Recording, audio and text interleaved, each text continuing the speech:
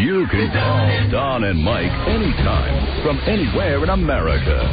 877-365-3636. They're ready to believe you. The Don and Mike Show. You can never mention that enough. Still a little discombobulated here today. The Don and Mike Show. The Don and Mike. The Don and Mike. The Don and Mike. The Don and Mike. There you go. That's better. How about that? Is that funny, Coach Gibbs?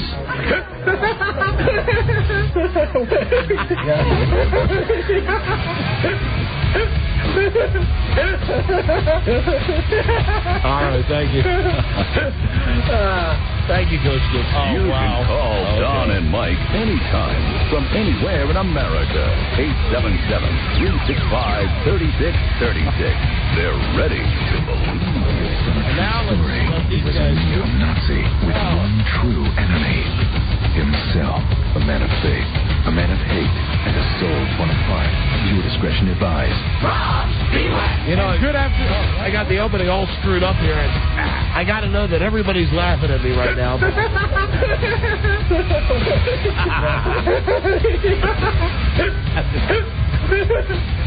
Sorry, I've let you down again. Anyway, you know, Sig Heil, here's Rob. Thanks, Coach. Good afternoon, Mr. and Mrs. Trainable and all the ships at sea. Ready to query the mind of any young widow with a series of sex questions. Don Geronimo and Mike. Sarah. Yeah, thank you, Robbie. Thank you, everybody, listening to the Don and Mike Show. A new episode, 010904, and it's Friday. Hi, Don and Mike. Buzz Burbank here. Wow. Levels are crazy always. Thank you, Buzz, and welcome to the show, everybody. Here we go. Phone number from anywhere in America, 877-365-3636. From Canada, call 800-636-1067. Washington, D.C., 202-432-1067. We accept your calls at any time, especially during the rotating random phone scans. Mm-hmm. I know you have a lot to say. Would you please allow me for just the first 10 seconds of the show? Sure. I've been waiting till we went on the air just to do this, okay?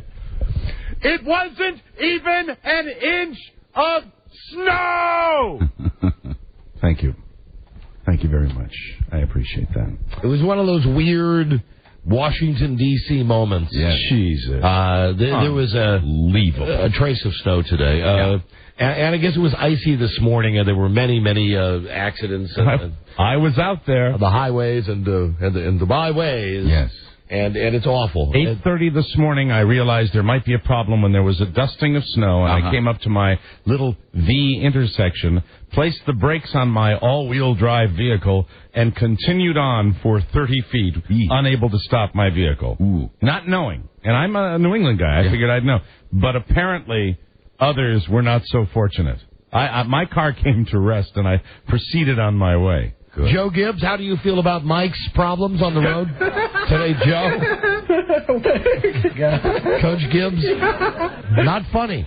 Seems to tickle him. Mike had a couple of problems today out there. Now, those are all individuals edited together. Spliced together. Those are not, it's not like we looped those over and over again. No. Those are all moments when he laughed during that press conference. We also have Gibbs, and the many times he referred to Snyder as either Dan or Daniel, but never Mr. Snyder. Daniel mentioned. Daniel and I have been working nonstop. Daniel, here's what I know about Daniel. Daniel come down. First time I got to really know Daniel was to see the way Dan and I have been working, Daniel and all that. The time Daniel taught me, it went real quick. Daniel, obviously, Daniel and I got that from Mr. Cook. Yes, sir, Mr. Cook.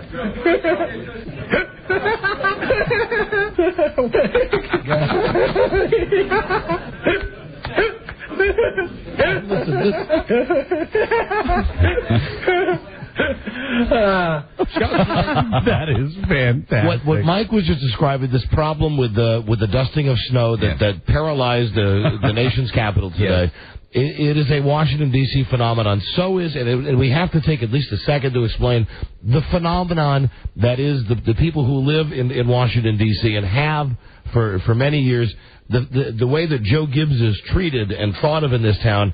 And I'm a big Joe Gibbs fan. I am too. I'm not a fan of Snyder. I've said since the first day, it's a great hire. If Snyder stays out of the way, it's great because who doesn't love Joe Gibbs? Right. But even I have to question at some point all of the coverage. And I know that it's a huge story, but around the country, you don't dig the fact, you can't relate to the fact that the headline on the Washington Post was, "The King is back." and last night on television, instead of Entertainment Tonight and Access Hollywood, they all had specials on. Of course. And all of the specials were, "The King has returned."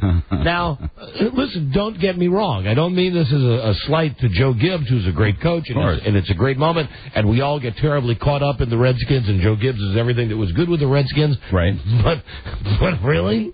It is his second coming.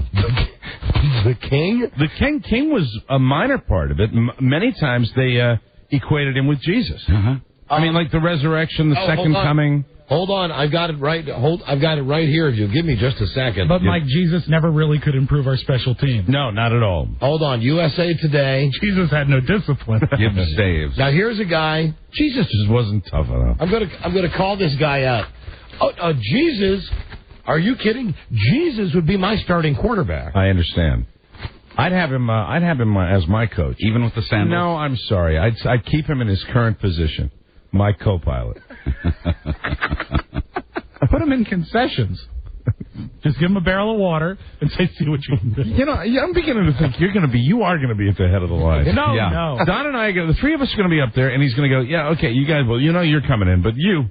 Get over here. Oh, we'll all lock arms and go together. You know why? Well, of course, you know. I know why you put Jesus in concessions. I know why. Yeah. Okay. I read the Bible. I know Jesus is a Jew. I know. Okay. I know what's happening there, Rob. I just fell down 2 notches. Oh, God. It's always better when he's got his fresh, skinhead haircut. His Aryan Nation My God, there it is. So, not much up there now, Rob. Turning gray, too. Here's a guy that I've personally met and think is a damn good writer. He writes for USA Today. His name is John Saraceno. Saraceno. You know this guy. Oh, great. John S. Yeah, you know this guy. He's like a creepy-looking guy with a long hair and a beard, but a very nice guy. Alumni of Penn State. I've met him. I've chatted with him. Does he look like that in person? Does he still look like that? Yeah, he does. So today he's writing the article in USA Today about Gibbs ready to be miracle worker, and to show you the mindset of the people in this town. And here's a guy who really pretty much in the USA Today writes it as it is. Good. The very last line of his column, Joe Gibbs equals God. There it is. That's and from this dude, he's a USA Today guy. USA Today based here in the nation's capital. I know. He feels it. No, and he writes. Oh, excuse me. I didn't. I didn't share that one with you. Yeah, I know, and I've been sharing them all morning, so I'll probably share a few on the show too. He writes part of what I was trying to explain here, that there is a feeling in this area, in this region of just gleefulness. But, ladies and gentlemen, even if the Redskins do go 16-0 for the next 5 years and win the next 5 Super Bowls, I really still think he's just a great football coach. He is, and I agree with you, because that on the front of the sports page of the Washington Post, answering the call. That's a religious reference. Yeah, and and it is a gigantic headline, answering the call. You want to get rich? We'll make WWGD bracelets. What would Joe do? Or what would Gibbs do? Yeah. What would Gibbs do? Anyway, I mean no disrespect. It's just we should all be careful, myself included, being one of these sycophants just going, oh, Joe, pray to Joe. Remember, this is the God we're praying to, okay?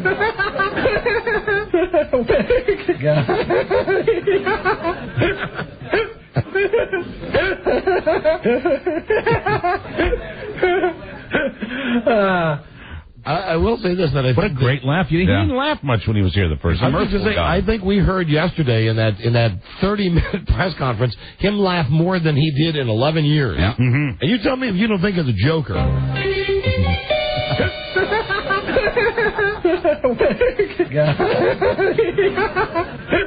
This is Batman.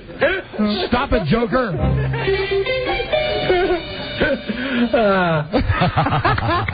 That is fantastic. There he is. Makes me self-conscious about laughing myself now. Yeah, all of us should be. Don't. You got a great laugh. You got a great natural laugh. Everybody's used to hearing you laugh. Yeah, that's right. We're never used to hearing Joe Gibbs. I know. Excuse me. The King laugh. Right. But don't you think that's going to be the last time you hear him laugh? Probably. I don't think he's really going to laugh a lot after he gets rolling. He ain't a laughing kind of guy. I don't think so either. We've got a ton of stuff here in the opening that we're going to have to work our way through because today's show is jam packed. Hello, Don and Mike show. Scott, hello. Hello, how are you? Oh, now, just been hipped. Scott is the guy who won the Jeep that we gave away right before Christmas. Scott works for I remember, a beer distributor, right? You're a driver for a distribution company? Yes. Yeah. And have you sold the Jeep? Has it exploded? Are you suing us? Are you... what's the... I'm keeping it. I'm selling that blue truck. And, Scott, can you possibly remember the wonderful, beautiful line you had when we asked you what you felt about your fellow contestants and what you said?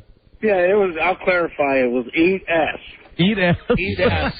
There you go. We thought it was eat his ass. Yeah. But it no, that was... Ways, though. Right. Okay, well, congratulations. Glad to know that the wheels are still on that thing. Yes, they are. You know what, this morning, the icy roads, I've never seen such a mess with such little amount of snow. All right, you loved it. Very good. All right, thanks. But you did okay. Have a good day. All right, thanks. All right. Area Scott safe because of a vehicle. That's right. Safe in unsafe conditions because of a vehicle given him by us. Listen, we got a press release here from the University of Maryland, an accredited university. A real school. They want to get this guy on the show. I don't think we should book him just because it's so friggin' ridiculous. They sent this special attention to us. Mm-hmm. They've offered up Professor Stephen McDonald as an expert interviewee. What's his subject? The topic you have chosen is mouth rot in the green iguana. Irritable bowel syndrome. What was one of the good ones from last time that kept getting dumped out over and over again? But you mean because it was say it one time. That was the stuff. And there was another. That was the one that we went back to again. There was another one though. There are many. Premature. Oh, that was it. Premature E. Right, PE. Mm-hmm. And that other word you can't say not even once. So that's what I thought. Yeah. So the deal is... So that got deleted? What word? But we'll save it for the box set. Oh, J-O, when you said the M word for J-O. So this guy, he's a professor at University of Maryland, and he wants to talk to people about the psychological events that are happening with the return of Joe Gibbs. Wow. And how psychologically it is affecting people in the Washington area. He's a fan psychologist. And him, yeah, right. Yeah. Eat ass, pal. There's no way you're getting on this show. No, it was a great day, and now everybody's going to get down to the business of football. You know how you get on this show? I'll tell you how you get on this show. You dedicate a book to Mike and to me, mm-hmm. and we've got it right here. Cool. A book that's written by, let's see, the author's name is Duck Miller. Duck Miller sounds like a South kind of name. Duck Miller. Southern. Name of the book is The Whistle Pig. As you can see, it's a real book. It's not one of these vanity pressings. It's by who the hell is it? Canvasback Press. And right here, the most important stuff when you get past 2004, copyright, all the stuff with the Library of Congress, the very first page, dedicated to Don Geronimo and Mike O'Mara, who always inspire me to do more. Wow. That's very nice. So I have no idea what this book is about. A penguin. What, Robbie? Duck Miller. Oh, Duck. Does it say anything in the inside flap as to what it's about? Well, let's see. I'll read you the beginning. The delightful stories of the Whistle Pig present a unique opportunity to participate in a search for lost treasure. That treasure is exploring all that's hidden within this collection. I don't know. Yeah. It looks to me, seriously, it looks like a book that I'd see in a store and probably go, ugh, not a chance. I think that the Whistle Pig is like a southern name for a groundhog. Really? So is it a book about groundhog stories? Groundhog Day. I know. There you go. Read one, Rob. There's one for you. This is not the first time you've had a book dedicated to you. No, we had a guy who wrote novelizations of the TV show. I think it was Sabrina the Teenage Witch. So you got volumes there, different volumes? Oh, there's a copy for you, same Mike. book. Same book. And I got a Buffy the Vampire Slayer book dedicated to me and a couple of nonfiction books about diet and colon. Well, here it is. Yeah, right. Turn back the clock to a time when self-discovery through knowledge was a form of entertainment. All right, I'm not going any further than that. Right. Thank you for the honor. Exactly what you just did. Thanks for the honor. We really, really do appreciate Chuck Miller it. presents his readers with the opportunity to solve a literary puzzle and embark on a search for a hidden key. Right. Goodbye. Thank you for the honor. We dedicate today's show to Duck Miller. We want to turn around and dedicate the show today to Mr. Duck Miller.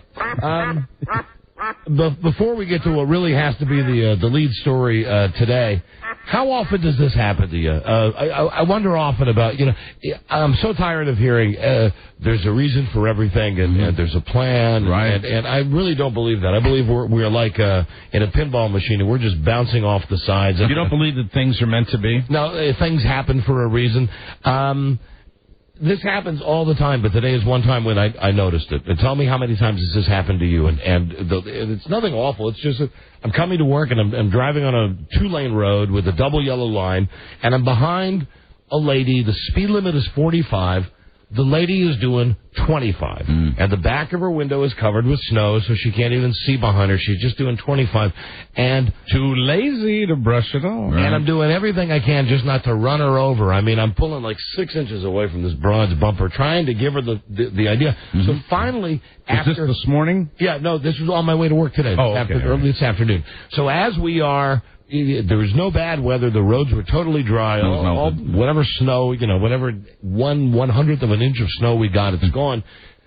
She finally gets the idea that I'm riding on her ass, and I've got, incidentally, about 8 cars behind me. Now, yeah. Who, because I drive a big gas-guzzling SUV like all good Republicans do, when I'm driving that thing, those people behind me, they can't see the little car in front of me. So I'm imagining that these people behind me think I'm the dope that's going 20. Right. So she finally gets the message and pulls off into a driveway area off the road so that everybody can pass her up. Was she elderly? She was old as dirt, and she pulled off on the side of the road, and everybody passed her, and I right away hit it to 45 and didn't give her another thought. Then I'm going through the regular hustle and bustle with the red lights and the construction, and she pulls up alongside of you with a handgun. No, nothing like that. That's just a fantasy. I'm at I'm up at the corner by the Exxon station. I make the right-hand turn on red. When I make the right-hand turn on red, from what I think is the sneaky lane, because there are 2 right-hand on red lanes, but there's one that's only operating sometimes if the light is, it's one of those. Sure. So right. you pick the right one and you can sneak right in. Well, I think I'm on top of the world because I sneak into this lane. It's like, wow, I made it. And I look 4 car lengths ahead of me. Somehow, she has passed me. And think about how many times this has really happened to you, where there's just somebody that's just pissing you off, and you go, oh, if they just get out of the friggin' way, and then they finally do get out of the way, and like at the next stoplight or whatever, when you're sitting there, you see that person just slow as ass. What you're telling us in a very roundabout way is the story of the tortoise and the hare. Yeah, well, no, I don't know. I don't know if there's a story. No, that they both. You end up in the same place. Yeah, and that's why someone said that when you're highway driving, if you're going like up to 80 and back down to 40, and then you shoot out to 80 again, if you just cruise along at like 60, 55, 60, you're going to get there just as fast. That's right. Well, and I've always thought that's a crock of crap. Yeah, me too. I disagree even more when you're trapped on one of those roads where the speed limit is 35 or 40 and you can't pass, right. And all you're thinking the whole time when someone's going 25 in front of you is, this is taking minutes off my trip. Sure. And this is the way we think. And then I for a while I was really stewing on this until I passed her up, and then I got caught up in my own world. And it's like 10 minutes later, I look up and wait a minute. She looked to her left and grinned at you through rotted teeth. Satanic horror movie kind of way. I'm positive she couldn't even see. What if you're going home tonight and you see her again? She may. What if you walk in and you pull into your driveway and there she is at the bottom of the street? Well, now you're getting into my letters to Penthouse section. I was thinking horror. Dear Penthouse. Well, no, mine is sexual. Ends up being horror. Oh, God. Dear Penthouse. No, I'm positive it was a corpse driving the car. But anyway, how many times that happened? You get behind somebody, you think, Jesus, if that red car would just get the F out of the way, and then finally to get out of the way, and you're driving along, and you think you got your foot all the way down on the gas, and you pull up to a stoplight, and hey, and, she's not saying anything to me. She didn't even see me, but I imagine that she's saying, oh, look, I drove slower than you, and I didn't do that crazy thing with my high beams, and now I'm in front of you. It's an illusion. I know it is, Buzz. Did you wish her ill? And did you wish her dead?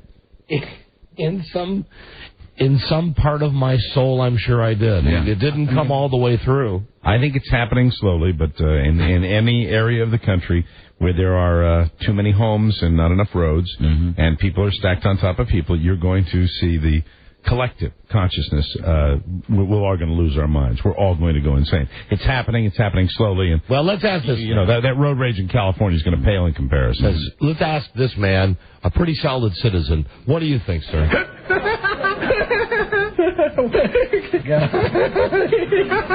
Excuse me, King? God Gibbs? There he is. There he is. EastCoastBob.com has checked in. Here's his brand new prank phone call. Esparto, California. Hello. Larry King, my question is for Joe Ellen.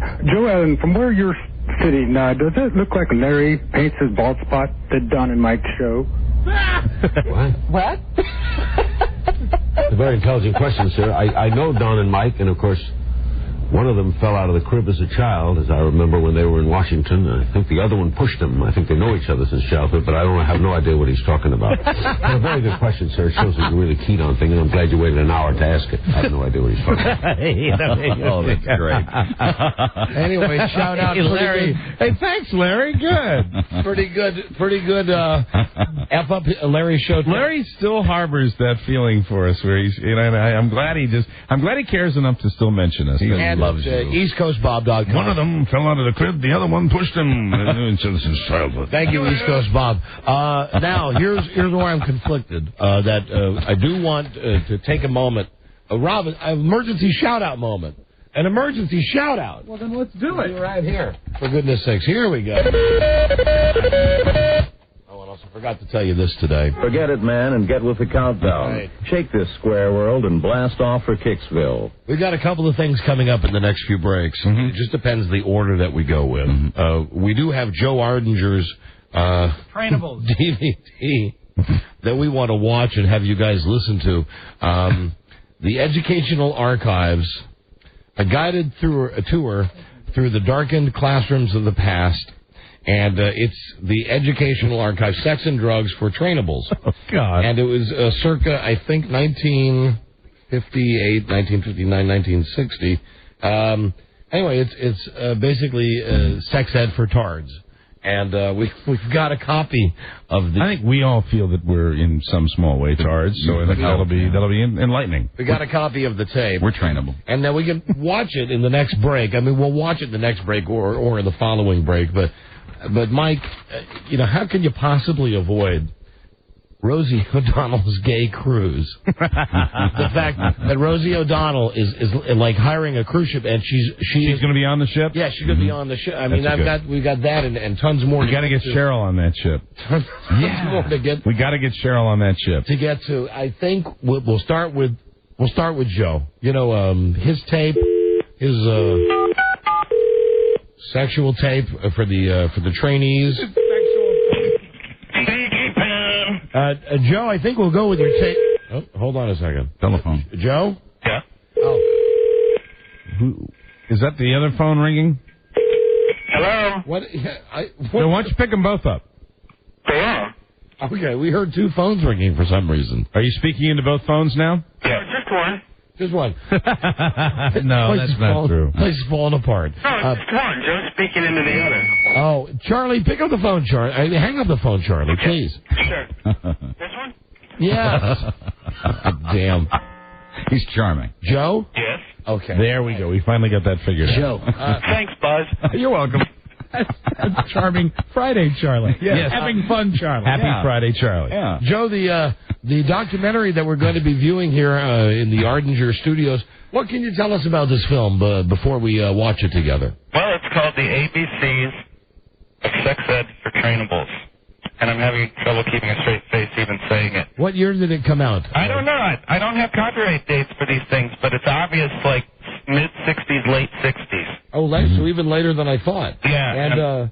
And, Joe, I understand that a lot of, not a lot of it, but there were a couple of cases on this recently uncovered masterpiece. They talk dirty on this thing? Yes. Ooh. Did the Trainables talk dirty? Yes, they are asked to name different names for the male sex organ. Wow. Well, we'll probably have And to... then hilarity ensues. We'll have to hit the dump button on that. Let me ask Coach Gibbs, is there anything funny about what do they call them, Trainables? Yes. Is there anything funny about a Trainable trying to come up with a name for genitals? Coach Gibbs? King Gibbs? Joe? Yeah? No. Talking to the other Joe. Joe. Right, Joe. Joe's our number one Trainable. More than one Joe. All right, we'll see you in a minute. Very good. All right, out. And then Rosie O'Donnell's Gay Cruise, and much more today. We got to get somebody on that cruise. It is a jam-packed show. We'll be right back. This is the Don and Mike Show. Daniel mentioned, Daniel and I have been working nonstop. Daniel, here's what I know about Daniel. Daniel come down. First time I got to really know Daniel was to see the way Dan and I have been working, Daniel and all that. Time Daniel called me real quick. Daniel, obviously, Daniel and I got that from Mr. Cook. Yes, sir, Mr. Cook. The Don and Mike Show.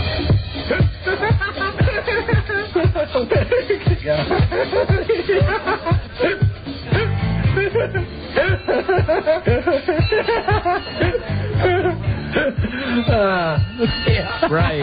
Please remember to wake them and feed them a cherry pie. Don Geronimo and Mike O'Mara. How great is that Joe Gibbs name? Oh, man. That is fabulous. And you were mentioning thanks to John Norman for putting that together. Yeah, he spliced all of those together. Great job. You're like, what happened if you ever got Gibbs really high? Hey, Joe. And what would be a show Joe Gibbs would think of? Give me a second. Something like, hey, Joe, guess what? Still Standing is on. Or no, I got a better one. Hey, Joe. According to Jim. King of Queens is on. So you get Joe Gibbs real high. Hey, Joe, what do you think of this show so far? See, look, it's a fat guy with a hot wife. How about that, Leah, huh?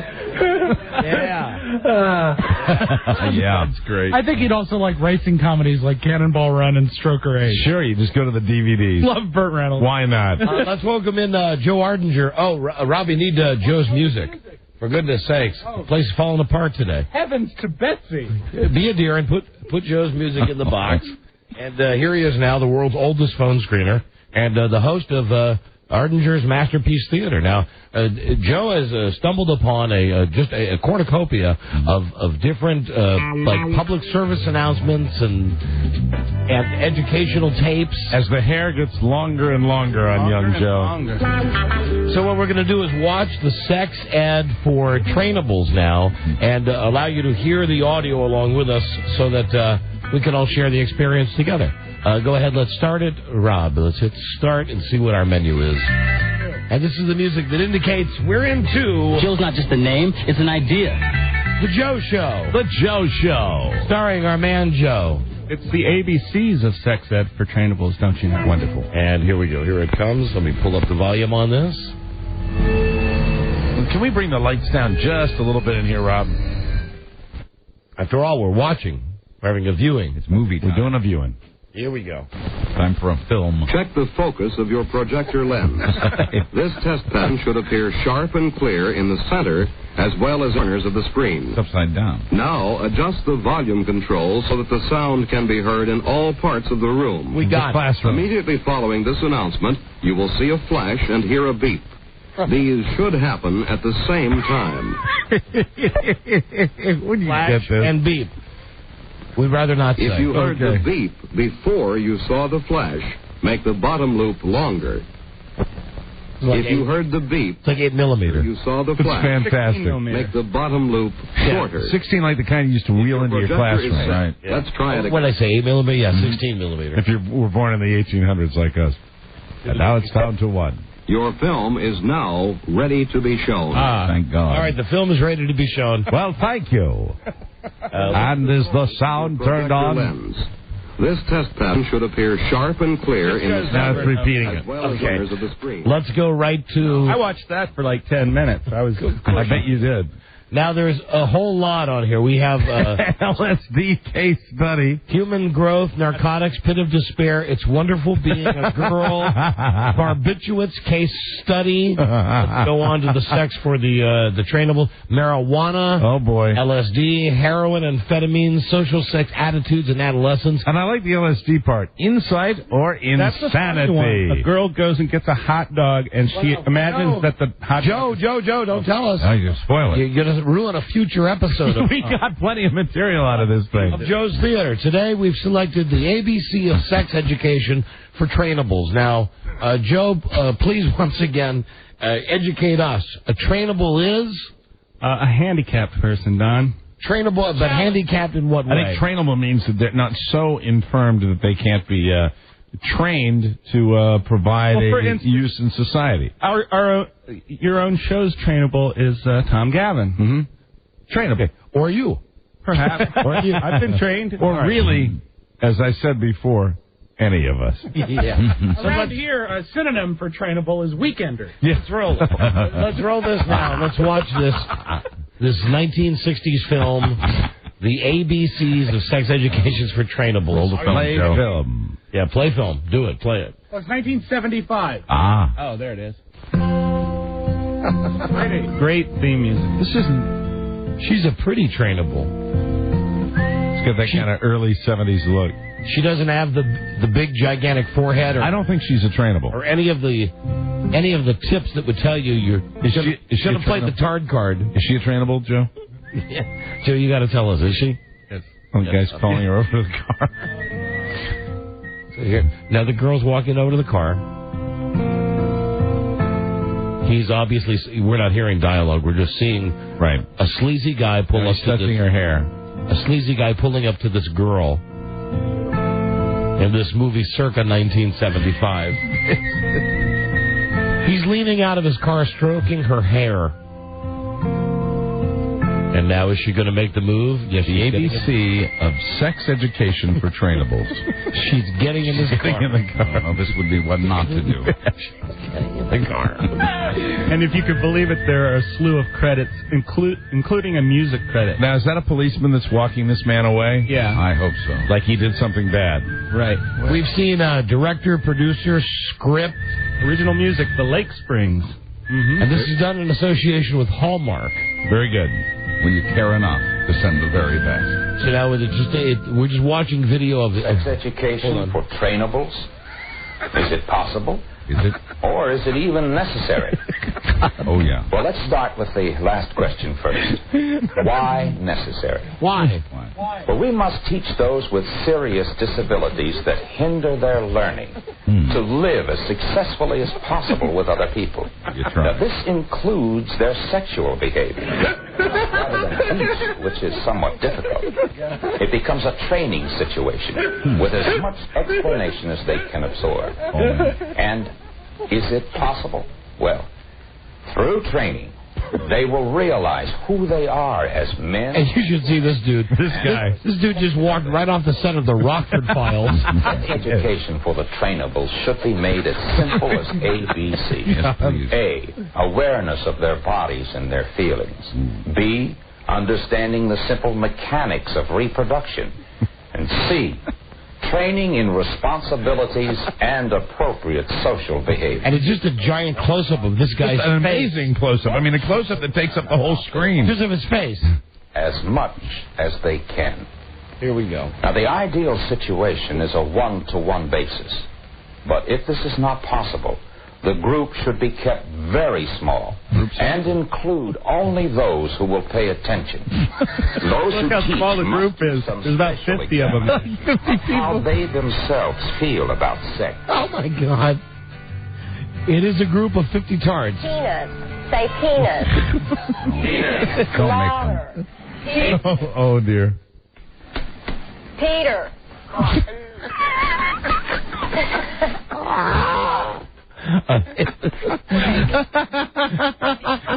God. She's writing down all the other words for the male organ. Yeah. Meat. Mm-hmm. I'm going to just turn this down now. So it doesn't get deleted out. It's got the C word, the D word. Wand. Wiener. Wiener. Terminology is difficult for many people because of guilt and embarrassment from our heritage. Joint. God. All right, now some of these we. Oh, I wish we could. Some we can hear. Hold on. Meat. Ding dong. Wand. Wiener. Tool. Joint. Must be able to use these words without becoming upset, or they will not be able to communicate with their students. Now, let us watch a teacher in an actual session, leading a discussion concerning the differences between boy and girl. Oh, God. Okay, we talked about some of the differences now between men and women. So it's a woman sitting around with some trainables cards, yeah. Now let's just look at the bodies. We're going to talk about the other things. And there now she's showing a cartoon, pictures of a man and a woman. Now, what about up here? Are they the same? She's pointing it to the breasts. No. Okay. Nancy, do you know what a woman has up here? What are these called? Do you know a word? Do you know a word for those? Any word? Anybody? Breath. Breath.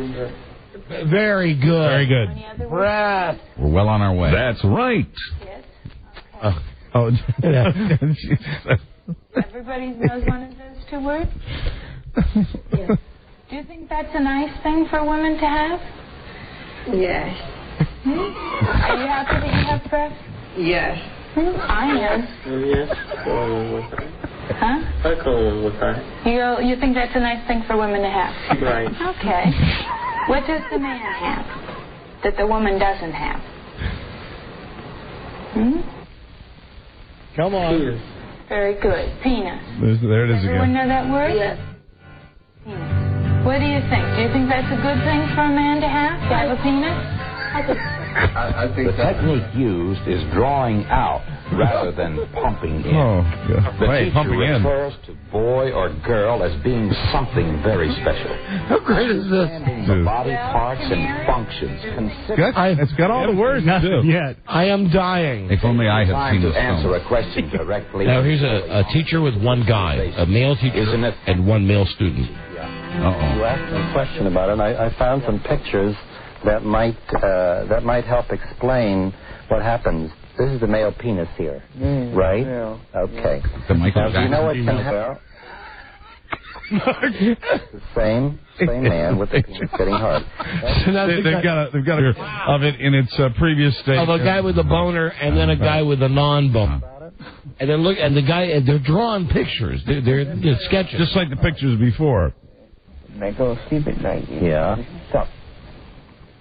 Fix up it, go in the car, then it goes down. Very good.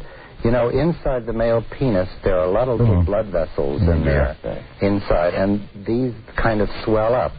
And that's how it I like how he's nodding his head as if he truly understands. Every boy goes through that. You know, looking at them, you could look at these two and say, which one's retarded? Which one's the trainable? Which one is, the tard?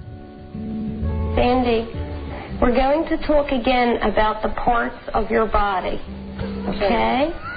And the fact that a girl has 3 holes between her legs. 3. How many, Sandy? 3. Okay, now let's look at this picture. As you can see, Okay. a pen and ink drawing See of that? the This female hole here sexual parts. is the hole where you make There are 3 a holes, pen. Don. Yeah, Don, were you confused by that? Yeah. Maybe you should be in the trainable. But now I've seen the picture. I'm fine. Urinate. Yes. Ralph and you. Yeah, I forgot about that part. Urinate.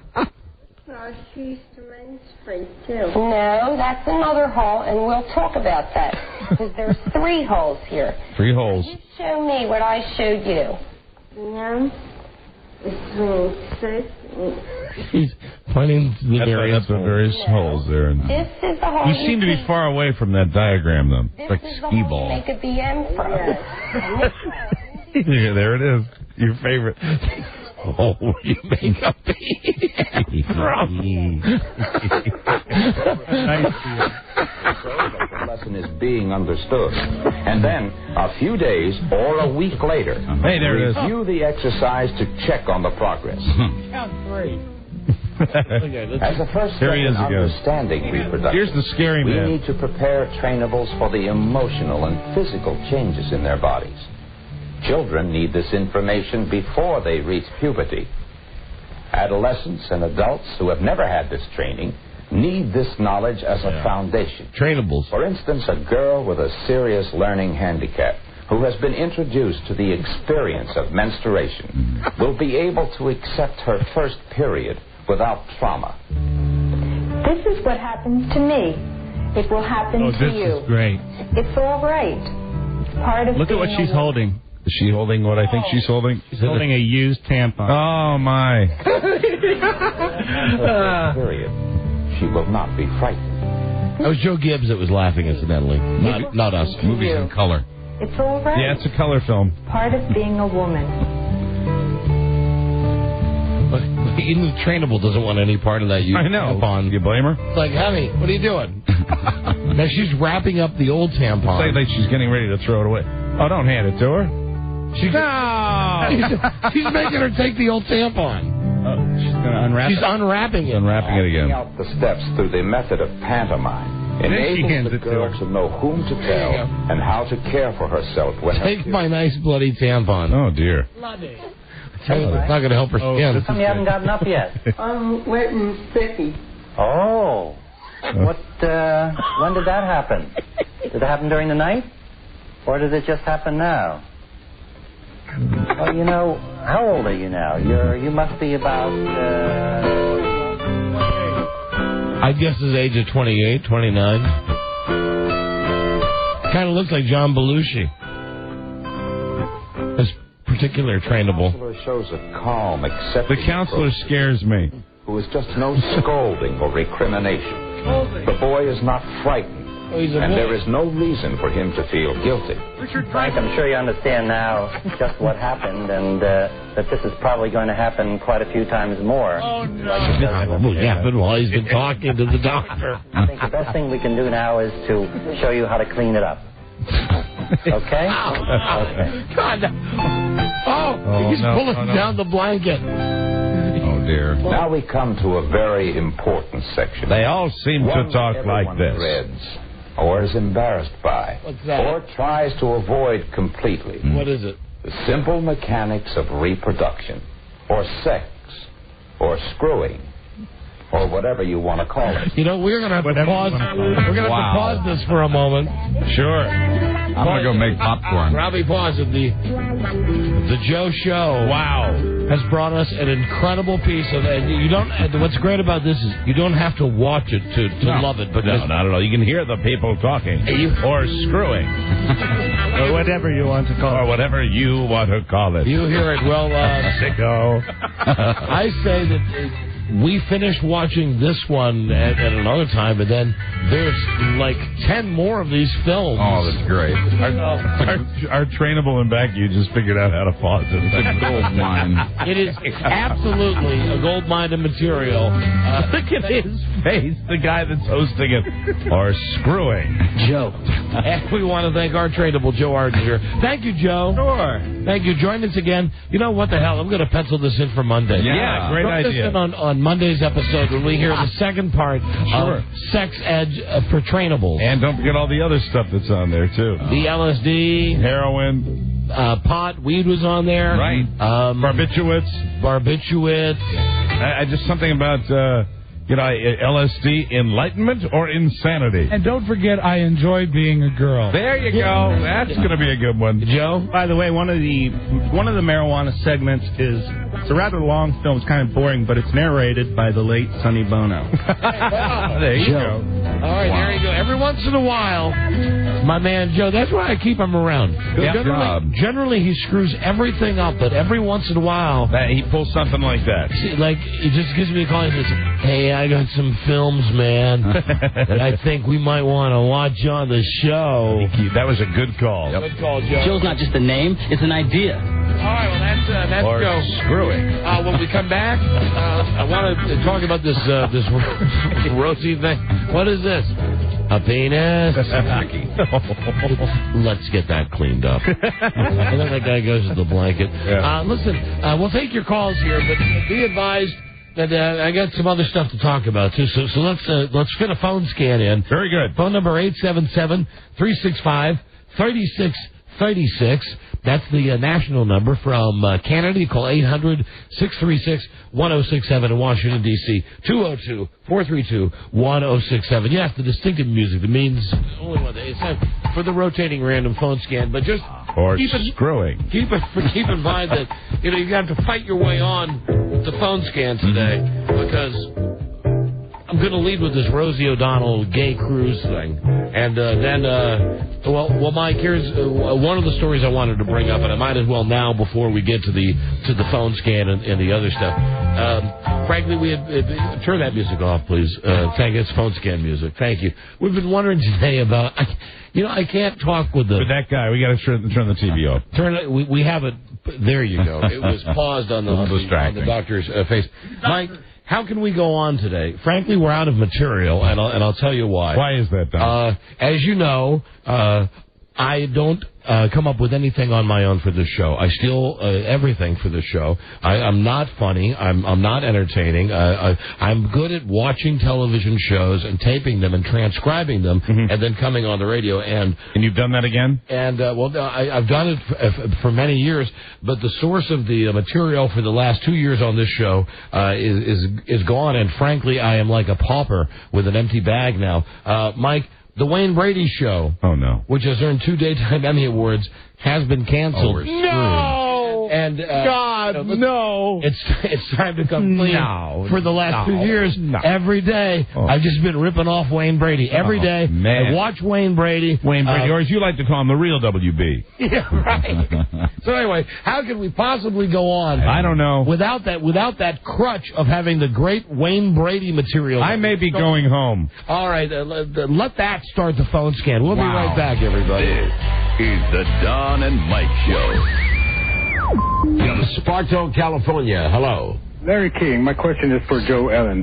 Joe Ellen, from where you're sitting, does it look like Larry paints his bald spot the Don and Mike Show? What?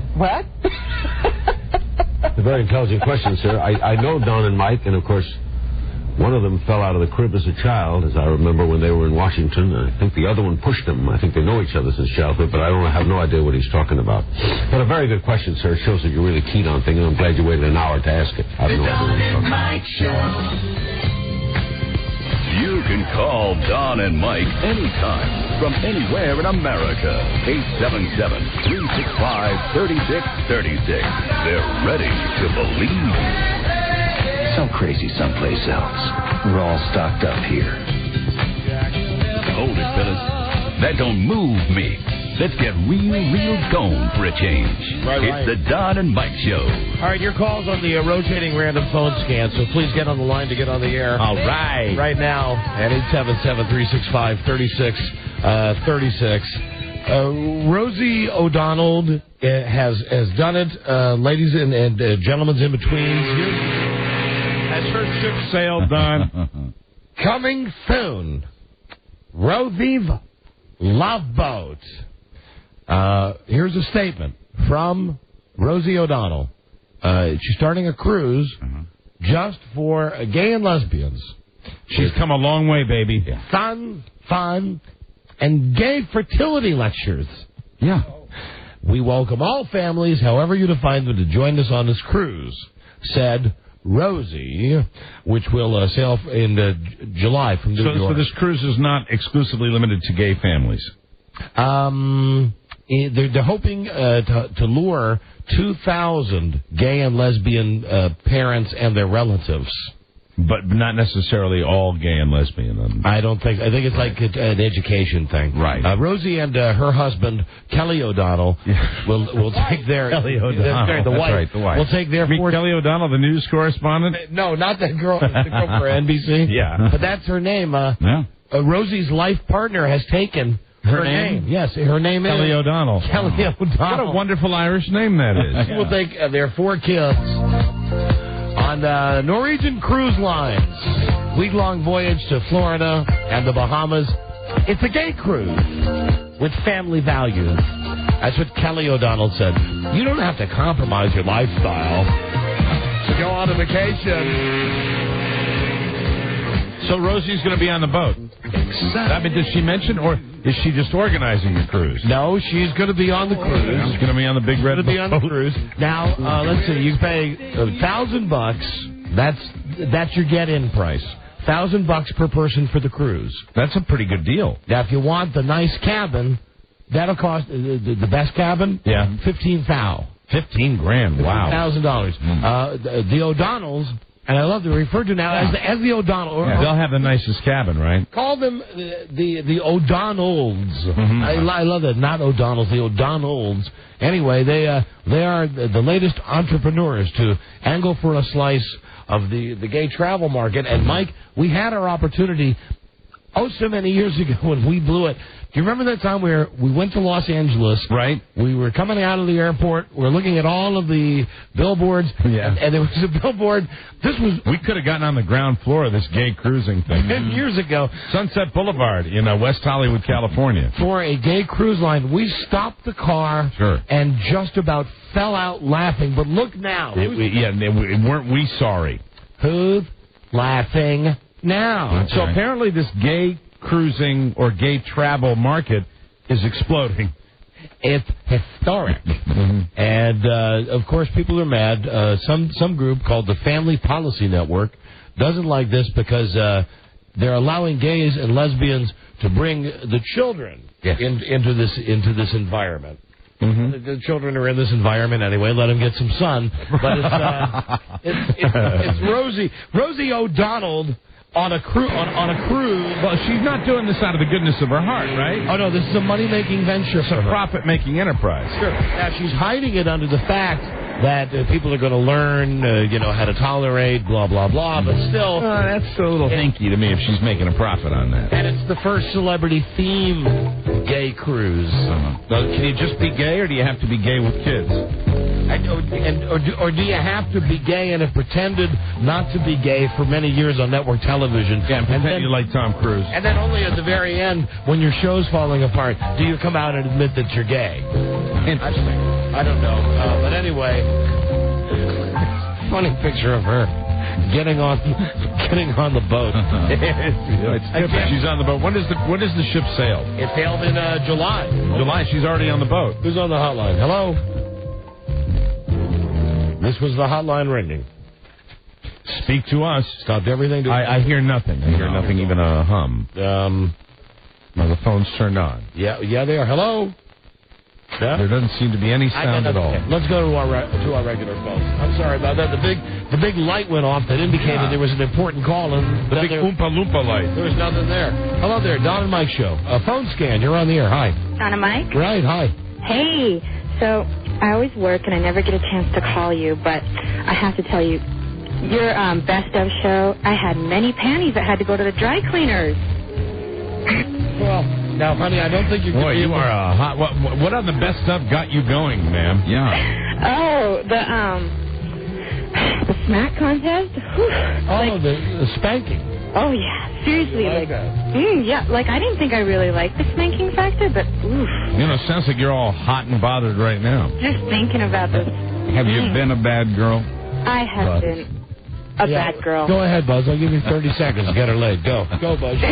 You're on the clock, Buzz. Get in her pants. Go. How bad have you been? Oh, okay. Bad. No, you can say you've been playing or. Okay, pleasuring. I've been diddling, just thinking about a lesbian version of the Jenna Jameson version or video. I mean, an interactive lesbian video. Uh-huh. You're from where? From Utah? Salt Lake City. No, she must be Salt Lake City. She's all hot. So you got to be like the hottest thing there, right? It sounds like she's a lesbian, so Buzz is kind of wasting his time here. Yeah. Sorry. Who's the celeb that you think you most resemble? None. I'm original. Now, come on, honey. Are you pretty? Are you a lipstick lesbian? Is Are you Charlize Theron as she appears in Monster? Close to Tori Amos, but more. That means hygiene problem. Tori Amos. No, it doesn't. Yeah, I look at Tori Amos. Man, I smell her through the TV. You know that there's a problem there, and that has nothing to do with sexuality. It's just like I thought with Alanis Morissette, and still do. I don't know what you say, Tori Amos. She's like my goddess. I could never even have sexual thoughts about her. Would you go on a gay cruise? Would I get a discount for going next to Rosie O'Donnell? Yeah, now, would you? Let me ask you these. Are you attracted to Rosie? Am I attracted to men? Yeah, okay. All right, very good. Would you for an amount of money, or let me ask you this, for $1,000, would you, if Rosie O'Donnell was a cookie, would you eat her? No. And let me ask you another question. For the lesbian, it wouldn't even have to be a lesbian. Oh, if you could be with any woman, famous woman, what woman would you like to be with the most? Okay, naughty bad thoughts or sick and wrong thoughts? Well, either one. How about both? Okay, the sick and wrong thoughts? Yeah. The chick on Touched by an Angel, because it's just the corruption factor. You mean the British chick? Oh, you are a bad girl. The Roma Downey. Roma Downey. Yuck. All right, now what about the other category? Keep going. I don't know. I'm just too. Well, I think Roma Downey's it, isn't it? Roma Downey. Honey, you might. I don't know. Do you like Roma? I like Roma Downey. I wouldn't. You know what? I think it's the idea of corrupting something "quote unquote" so pure. I don't think she's so pure. I think that she's no, but as she bad represents something so pure. Roma Downey doesn't do it for you? No. Boy, I think she's a hottie. Not in the least. All right, well, little Irish hottie. More feasting for all of you. You know, there's a lot of other good-looking women on Touched by an Angel. There's Valerie Bertinelli and Della Reese. Della Reese, baby. She shot me in my pinky toe. I do Valerie Bertinelli before I do that other broad, Roma Downey. Absolutely. Oh, yeah. Valerie Bertinelli. You can have Valerie and I can have Roma. I do both. Separate rooms. Yeah. Well, if you had to. I mean, the choice between the two? Who would you do? Roma Downey. Mm-hmm. Wow, that's surprising. Buzz. Definitely Roma Downey. All right, call back sometime. It's always good hearing from you. I'm not sure. I haven't seen Bertinelli recently. It's the corruption factor. Yeah, and you got Eddie. Eddie's been there. Hello, John and Mike show. Hello. And, yeah, Eddie's been a lot of places. Yeah. So it's not only that she's been with Eddie. Yeah, you've been with everybody that Eddie's been with. Oh, dear. Yeah, but same with Roma Downey. I mean, I've seen her in the tabloids. She's pure as driven snow. Hello, John and Mike. She's been with her brother, Robert. Roger. Radio Gods, what's going on? Hey, you're on the air phone scan. Hi. Oh, this is great.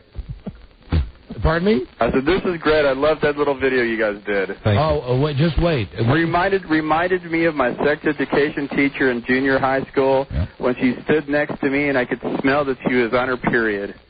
Oh, God, that's a little, isn't that like Hannibal Lecter kind of stuff? Thank you for checking it. That's nasty. I don't know. Did you have sex ed? Did you have sex ed when you went to school? Yes, we did. I don't remember mine. We had a film. We had a black and white film. Boys Hygiene. Uh-huh. Yeah. That's exactly what it was called. Yeah, well, that's what we might have had. I don't remember a class. Oh, hold on. And, I have stories every day that I want to get to. This is a good segue about hygiene. It's about Liza Minnelli and David Guest again. Let me see. David Gast showed up in court, as it turned out. We found out yesterday he was hiding out with Jim Nabors. Right. As it turns out, he showed up in court. Wow. Liza Minnelli. I'm here. Did he make one of those Will and Grace entrances? Liza Minnelli was wearing a black ensemble with a pink wool muffler and matching gloves. Yeah, that's typical Liza. Now, let me see. Here's the part about, they have more fights with each other, which brings me to the stink issue. Liza Minnelli claimed in court, along with all of their other problems, that David Gast sold her piano on eBay. The nerve. David Gast says she has a problem with odor. Oh, my God. And she stinks. Maybe that's a medical condition. God. No, that's what he's alleging, is that it's a medical condition. Yeah. But he says she stinks. She's not clean. You. Hold on a second. Let me see. Guest is suing. Blah blah blah blah blah. They had to agree on something. Oh boy. Not well enough to fly because of the migraine headaches. Yes, and she has a problem with odor. Oh God. That is how David Guest described it. A problem. Man, oh man. A problem with odor. The new Liza perfume. Hello there, Don and Mike show. Hello. Hello, phone scam. Hello. Don. And Mike, hi. Hey, you know what you guys should do with that Joe Gibbs laugh track? You got to turn it into a Tickle Me Gibbs bobblehead. How long? Now, did you spend the night thinking about that? No. I just kept listening to it, and it reminds me of Tickle Me Elmo. Okay, thanks. Hi, Don and Mike show. Hello. Hi, Don. Hi, Mike. Hi, Buzz. Howdy. Hey, greetings from cold Green Bay. It's really exciting here, 48 hours till Packer football. Hey, Don, unfortunately, we couldn't see the video that we were listening to. Did you see the credits on that? What, on that Joe tape? No, I didn't. Why? Oh, well, because the narrator kind of eerily sounds like a young Mike Elston. You better check that. Well, you know, Buzz does have that kind of old narration quality to his voice. The narrator's last name was Dix. I saw that. I used that name. Don and Mike show. Or screwing. Hello. Hello. Phone scan. Hi. Or whatever you want to call it. Hello there. Hello. You're on the air. Hey, I haven't listened to you guys for about 6 months now. Last time I heard you guys, you were doing Arctic, Icelandic, and we had gone to Iceland to do the show, yes, and? That was Buzz's voice. I haven't been able to listen to you guys for 6 months, but all I've thought about is Buzz's sexy voice. All right, thank you, faggot. See you on the cruise. Thank you, sir. Phone scan, and that's it. We're out of time. We got That's it.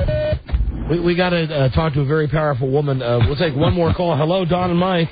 Hi, how you guys doing? Hey, we're doing great. What's your name? My name's Jerry. Jerry, listen, you're a winner. What are you calling about, Jerry? I'm calling about David Gust. I heard a little known fact about him this morning. Okay. I heard he doesn't have many friends, but he's got neighbors up the ass. Oh, God. We've heard that Such an old joke. So many times. No prize. You are the sunshine of my life. How does he mean that? No prize for you. Got a break here because of women and their schedules. Yeah, it's a very busy CBS woman. Nancy James, and we come right back. It's the Don and Mike Show. God damn it, Eddie, it's not to me. Hey, it's my shoulder. I hit my shoulder when I hit the gym floor. It feels like it's full of gravel. Well, it's always felt like it was full of gravel. Now, come on, give me a B12 shot. That's what I want. Why messing with her knee? Hey, how you doing, baby? All right, Dale, you gonna get a shot? Oh, no shots for me, Turkey. I can't stand needles. Hey, you gotta master the technology of this game.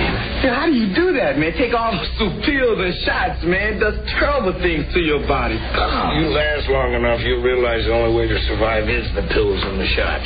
Oh, not me, Turkey. I got respect for my body. You'll get past that. The Don and Mike Show. We're going to dance. We're going to dance. We're going to dance and have some fun. If you put a knick-knack on their whatnot, they'll give you a what for. Don and Mike. Right. Jim Nancy will be here in a second. He's on the phone now. He's going to say, Liza Minnelli, I told you that David Guest said she stinks. Ooh, that smell. The court report says that Liza Minnelli during their entire marriage was not, quote, not clean enough for David. Well, that was the problem. And every time that she would come near him, he would have to hold her off because she smelled offensive. Oh, my God. Didn't smell like a man. That's pretty nasty. Terror alert has gone down. It's down to elevated, which confused me. We have decided to take the terror alert down to elevated. Down to elevated. That's a little confusing, doesn't it? Hold on, I'll ask Jim Nance. He's on the. Hey, Nancy. Hey guys, Happy New Year. There she is, Nancy James, everybody, host of the wildly successful CBS NFL Today. Happy New Year, Jim. Thank you, guys. Good to be back with you. I'm concerned about that Liza Minnelli report. Very good. Where are you calling from? Are you in a bunker somewhere, Jim? I'm sorry. I'm in a car being driven into New York. Oh, you're in the Apple. You ever get a chance to meet Liza, Jim? No, I haven't. I haven't had a chance. Jim, listen, before we get to football, I'll ask you this. I've got a list here of the Hollywood hottest looks, the people that we most want to look like. Who do you think is the body that most men want to have out of all Hollywood stars? And I'll give you a clue. He's as dumb as a box of rocks. As dumb as a box of rocks. It's what male movie star we want to look like the most. Yep, his body. Not his face, his body. Heck, I have no idea. You know, I'm lost. Vin Diesel. Vin Diesel, okay. Vin Diesel. Okay, I was going to say Brad Pitt. All right. Well, would you? How about for women? The body? Specifically, TNA. Okay. Specifically, TNA. All right. It's Britney Spears. Oh, come on. No, I don't buy that. Skin, it's Paris Hilton. Eyes, it's Catherine Zeta-Jones. I was hoping Catherine Zeta-Jones would be on there. Lips, it's Angelina Jolie. And Hollywood's best nose, female, Nicole Kidman, and male, Ben Affleck. Ben Affleck, great nose. He's beautiful. Jim, you're a lovely man, and I think that you are the most adorable NFL announcer, the most adorable. He should have been on that list. Master of ceremonies. He will be for your NFL show. Do you have that anywhere in a magazine? It's not in the magazine. I'll tell you this though, Nancy. Now you weren't on every week with us during the season. I think we averaged every other week, and I'm sad to tell you, Mike, that I brought up the rear. That we lost again to Jim Nance and to his charity over the year. At least you gave him a run for his money. I was a distant third. Jim Nance got 28 games right out of the games we picked. I got 26, and you got 24. And so that means Jim Nance, even though we are all over 500. Man. Congratulations, you've won our money again for your three amigos. You did it again, Jim. What do you have to say for yourself? Well, is there a trophy involved, too? What is it? Is it not enough that we're going to send money to your charity? And listen, that's my favorite gesture of all. The Three Amigos charity, you can click on the icon we have on the Don and Mike page on WJFK.com. I was watching your NFL show, and Deion Sanders and Boomer Esiason handily beat you in the picks department this year. In the regular season competition, not the postseason is a whole new game. Oh, so you're starting afresh with the postseason. That's the angle you're going to play this year, huh? Well, no, we did it last year. I mean, I handily, really, last year I had it clinched in the regular season by Thanksgiving, and then I walked away with the postseason title also. So well, this year. That's being consistent there, guys. This year they killed you, and I saw Deion was holding this gigantic 6-foot-tall trophy, and then Boomer Esiason had one, and Jim was sitting over in the corner saying, well, don't forget, we're restarting in the playoffs. Don't forget, we're restarting in the playoffs. There you go. So, Jim, you want to restart with us? I'd be happy to, guys, yeah. The playoffs, same deal. We'll still play for charity. Very good. And we'll send our checks to the Three Amigos Foundation. We're glad to do that every year. Jim, what was I reading? Something about, you never say anything on this show about anybody. And it was a couple of weeks ago, maybe during the holiday season, that Rudy Martzke got you pinned down on something. It was you actually said something bad about somebody else in broadcasting, not specifically, but maybe it was one of those times when, the Fox PR guy says something like, we had some story, and then the CBS... I know what you're talking about. I think it had to do with when when Keyshawn went into the Fox studio. Oh, yes. Oh, there you go. Okay, so you're... again, widely misquoted by guys who can't quite get it right, unless you transcribe it for them.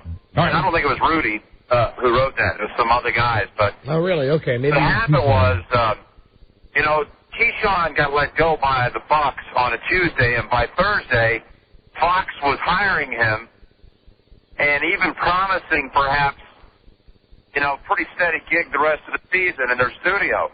Within 48 hours, he gets dumped on by the Bucs, and because he's as one of his teammates called him a cancer-like influence on the team. And then Fox goes and gives him a choice television job. I said on the air that the guys at Fox are, in some cases, very dear friends of mine, and that's true. Some of my closest friends in the world, forget the business, are over at Fox. And a lot of them are my former colleagues. But... And moreover, if it wasn't for Fox, I would bet that CBS would have done the same thing. But I said, what a wrong message it is to let Keyshawn basically get fired by a team in the middle of the season because he's such a bad influence. And then he turns around and gets a choice television job. What does that say to the guys like... So let me see. Let me see if I've got your point. What your point is that, that's just your opinion as far as the way that it was handled at Fox. You also say it wouldn't surprise you if CBS had done the exact same thing. And you're saying you would disagree with anybody that would do that, right? I do. I just think that, there had to be like a cooling off period. But, for instantly, 48 hours for somebody to go and hire Keyshawn. And, hey, I think there was some attempts in our place too. But Jim, you guys would have taken Keyshawn if you could have. I said that on the air. Hey, Jim, listen to me. Are you listening to me, Jim? I just want to kiss you. Oh God! I just want to kiss you. Are you asking for a comment about Joe Willie Namath? No, I'm just saying something that I've wanted to say for years. I think you're leading into the Joe Namath thing. I've wanted to kiss you. I don't care about Chad Pennington. I don't care how the judge. Then that's okay. Then I'm going to ask him specifically for a comment on the Joe Namath situation. I just want to kiss you, Jim. What do you think about that whole thing with Joe Namath there, Jim? Well, I watched it live, and I was not paying that much attention to it. But when you go back and look at it, and I know Joe, and I know how embarrassed he is about that whole thing. But for anybody to suggest that ESPN dumped out of that interview quickly, that is spin control. No, listen, and I was telling these guys, I watched it also live, Jim, and the monologue between Susie Colbert and Joe Namath continued into the next play. Actually, they sent it back upstairs for the guys to call that play, and then brought it back downstairs again. Right. Yeah, normally I think of all the guys that are Hall of Fame football players, and really, I think of all the guys that he maybe gets a little pass on that moment, and I'm sure he's embarrassed by it. But it's Joe Namath. It's Broadway Joe. It's the lady killer Broadway Joe. Right. I give him a free pass. And how old, Jim? How old would Joe Namath be right now? Let's see. He came out in the early 60s, plus 40. He's early 60s. He's in his early 60s. And, I say hallelujah. He had a little fun. Why and not? If you like me, if you saw it, you had to laugh because he actually leaned in like he was going to plant one on her because he's Joe Namath. Yeah, and because he's Joe Namath, Jim, I think that's why this thing kind of went away very quickly, unlike some of the other moments in sports where somebody misbehaves a little bit. Well, first off, he wasn't employed by like a network where he would have instantly been fired. Right. Let's face it. What else could you do? They roasted him for a couple of days, and then maybe some people decided to let up on him because it was Joe Willie. But there wasn't more fallout. Like if you're trying to compare this to other guys who've fallen on their own sword. You always don't get dumped by a network when that happens. Howard Cosell proved that years ago. We had the tape of that too. Yeah, but he never told us. He never told. Well, there weren't any girls on TV then. Do you think the drinking? The most amazing part of that whole thing was when they came back to him, and this was right before he made the statement about "I want to kiss you." He actually kind of rocked back and looked at her backside, kind of checking her out. Yeah, he was. Yeah, he did. That's when he said, "I want to kiss you." Jim Nance. No, you just can't do that. Football expert, football savant. Now, I know you're on a bad cell. I'm going to play something down the phone. Identify this NFL great who is laughing. See if you can identify this laugh.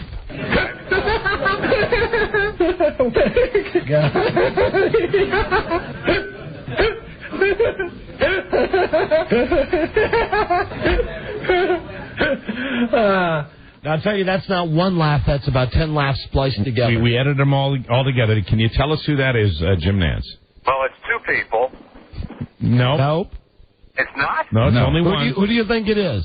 Well, it sounded like Susie Colbert was in there. No. It did, didn't it?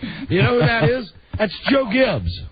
We spliced together during his press conference every time Joe Gibbs laughed. That is Joe Gibbs laughing yesterday at the press conference. We loved his laugh so much that we edited all of them together, and that's exactly who that is. Now, Jim, you should steal this bit for your TV show. And here's another great bit you should steal for your TV show. You know how Jack Kent Cooke was always referred to by Joe Gibbs as Mr. Cook?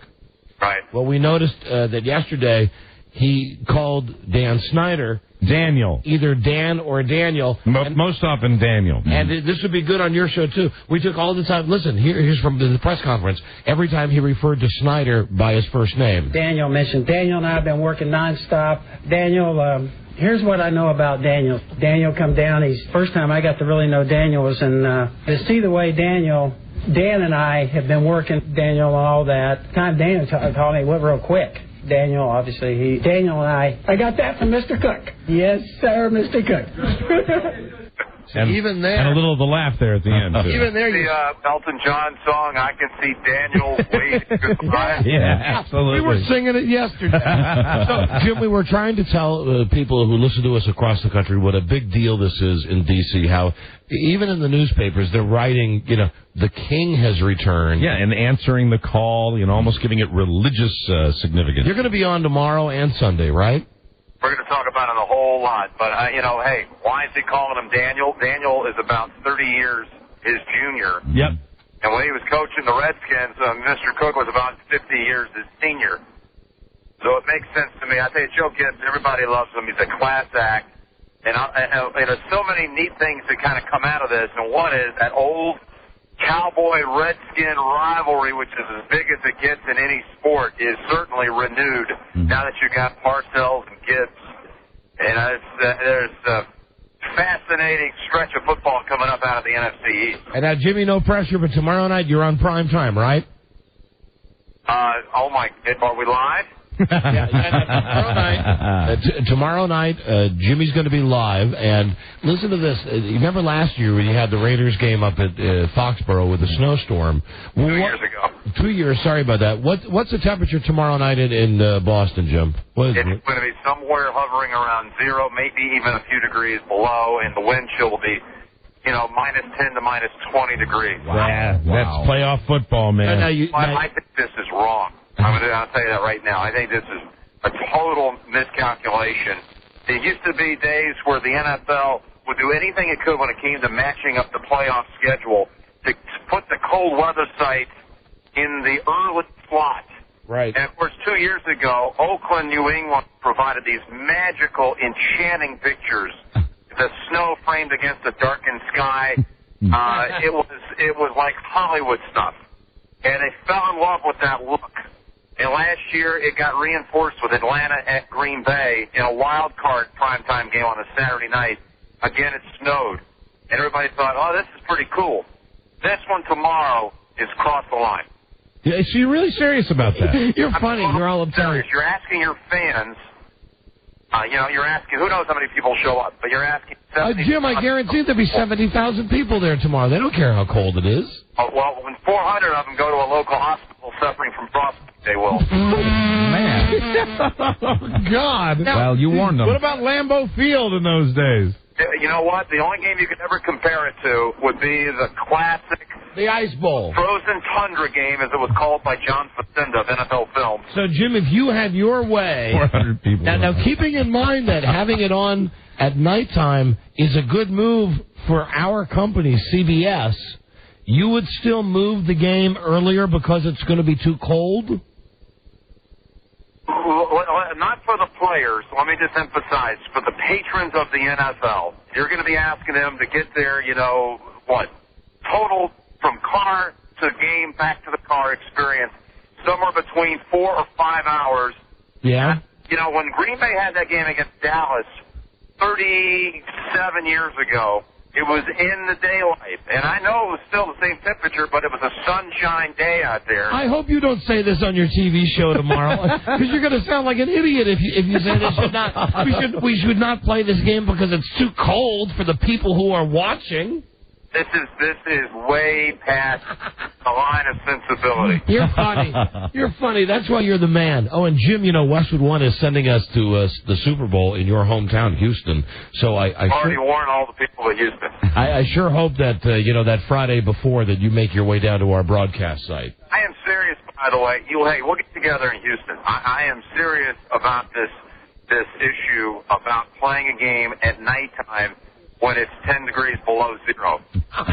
You watch, the NFL will get a tremendous amount of criticism about this one. Really? So you really think that people from the Weather Channel? Who's gonna complain because it's cold?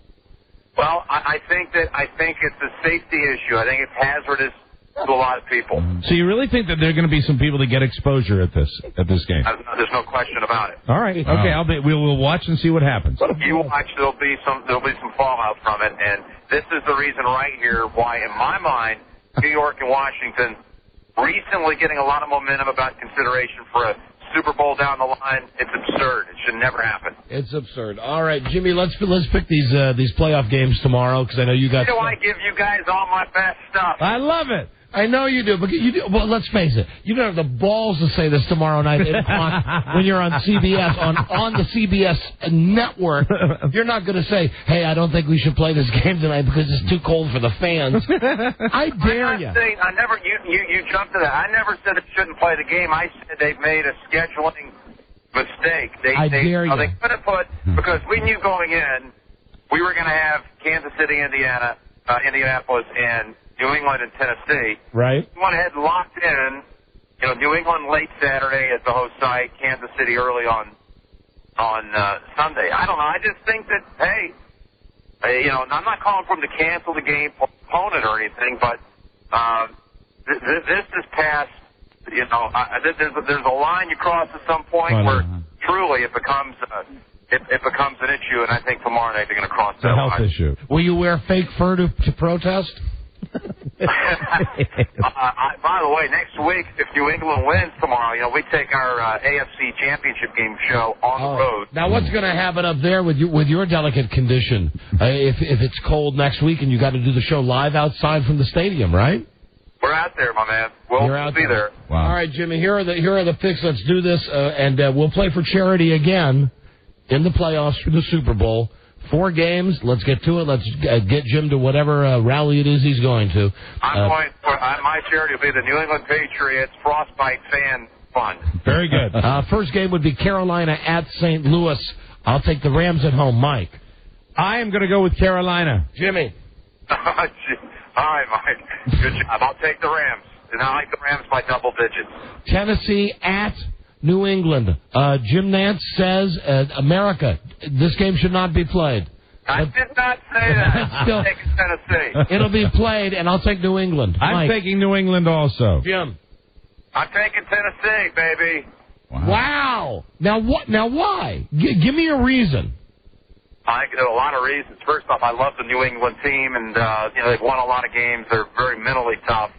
But this is a Tennessee team that certainly won't back down to anyone. A lot of experience when it comes to playoff time. One step last year from playing in the Super Bowl. They made it to the AFC title game. Same core group that 4 years ago made it to the Super Bowl. They've got a lot of playoff experience. They got over a huge hurdle last week, beating a Ravens team that had their number on the road, I might add. And I think Tennessee, I just think Tennessee's a little bit of a better team right now. All right, let's see. The other CBS game, Indianapolis at Kansas City. I don't see any way that the Colts win at Kansas City. I'll take the Chiefs. Mike. Kansas City all the way. Jimmy. I see a lot of ways Indianapolis wins. In fact, I'll take the Colts here. No! And finally, Green Bay at Philly. The Packers. Mike. This is the dream scenario, and I think everybody that likes emotion in sports has got to go with the Green Bay Packers. What about you, Nancy? Green Bay. I love the story. story. It would be, for our purposes, since we have the Super Bowl, if we could get the Farm Magic to keep going, it would be one of the best storylines we could hope for, but I'll take Philly. Okay. He'll take Philly. All right. Well, he's wrong about what he's wrong about. He's right about what he's right about. Nancy, Dave. Jim Nantz will be on CBS tomorrow and Sunday with the NFL Today on CBS. Yeah. I say fall off the game. Give me Dr. Quinn Medicine Woman. All right. We'll watch you tomorrow night. Hey, Jim, I tell you what, for your charity, $1,000. I dare you to say tomorrow night while you're on national TV before the game that the NFL should have thought about rescheduling it at a warmer time. That's not what I said. They can't reschedule. You can't. Listen, coaches, one thing we know about coaches, they are so anal when it comes to organization. Their whole week is mapped out right up to that minute of that game time. You cannot change the start time. I'm just saying this idea that they got comfortable with of playing games in cold weather sites late, which they never did for years, fell in love with it 2 years ago because of the beautiful... Say it on TV. Say it on TV, and I swear to God, I'll cut a check to your charity for $1,000. Say it tomorrow night on TV. I just think it's finally going to jump up, and it's going to bite them. Say it on TV. I dare you. I'll give money to your charity. Because you know, here's the thing. You know you can say stupid stuff because you're just on our stupid show. The problem is on the other show, I don't ever get the time to say anything stupid. Okay. Yes, you do. All right, Jimmy. Jammed up into Georgetown. And sorry, that's the traffic. We'll talk to you soon, Jimmy. All right, guys. All the best. We'll talk next week. Thanks, Jim. All right, we'll see you then. There is Nancy James from CBS. Even from a speeding limousine, he is always fantastic. And he didn't get to his other point that I know he wanted to make is, the Super Bowl is always in a warm climate, is the fans getting dehydrated. Yeah, well, that was, Rob, that was just you and me, and it was because of the night before. She is funny. Yes, she is. She is funny. That is terrific. Watch her tomorrow. There are going to be 400 people in hospitals. That's what I remember. Yeah. That's the one I remember. God love him. God love that guy. They're not going to, no, because they're going to be drunk. Don, there are going to be 400 people dying of exposure. This man's nose turned black and fell off. I'd like to see who shows up. Yeah, 70,000 people will show up for some of the worst frostbite I've ever seen out here at the stadium. Quick break. Thank you, Jim Nantz. His TV show's on tomorrow night on Sunday on CBS. It's a fantastic game, but I'm telling you, those people up in Section 103 can't feel their toes. He feels so strongly, he'll say it on our show. Yeah. Not a chance on television. Not even want to offer money to his charity. Oh, really? It's like put the hand out. Bite it, Jim. Be right back, everybody. This is the Don and Mike Show. There's a whole lot of people that want to draw the comparison between one of the all-time great Jet quarterbacks, Joe Namath, and Chad Pennington. What impresses you about Chad? I believe everything that anyone else has watched Chad play impresses me. The same thing impresses them. He's a quality, classy quarterback that has a touch on the football. He's not a thrower. He's a passer. His mind is ahead of what the defense is, and if the Jets can support him, they will win the championship. Joe, it's been a tough season for Jet fans. What does it mean to you now when the team is struggling? I want to kiss you. I couldn't care less about the team struggling. What we know is we can improve. Chad Pennington, our quarterback, missed the first part of the season, and we struggled. We're looking to next season. We're looking to make a noise now, and I want to kiss you. Thanks, Joe. A huge compliment. You know what? Joe Namath, part of the 4-decade team. We'll see these guys at halftime. All right. Thank you, Susie. Joe's just a happy guy. Isn't he? He's just a happy guy. Oh, boy, is he happy. The Don and Mike Show. Nothing matters but the weekend. From a Tuesday point of view. Not just lowbrow, they're no-brow. Don and Mike. Yeah, that's the other part of it that I had to tell you there. I was watching that live, that meaningless game, Saturday night game, 2 or 3 weeks ago, where Joe Namath said that to Susie Colbert. Right. So they come back to the booth, and Mike Patrick and Joe Theismann, who might be listening to the show today. Was Joe saying he's a happy guy? Yeah. Joe said... Was that the one who was... Joe was the one saying he's a happy guy. He's happy. And then Mike Patrick said he's very happy. Right. And then, as I like to call him, the big turd, Paul McGuire, who I just can't stand on that broadcast.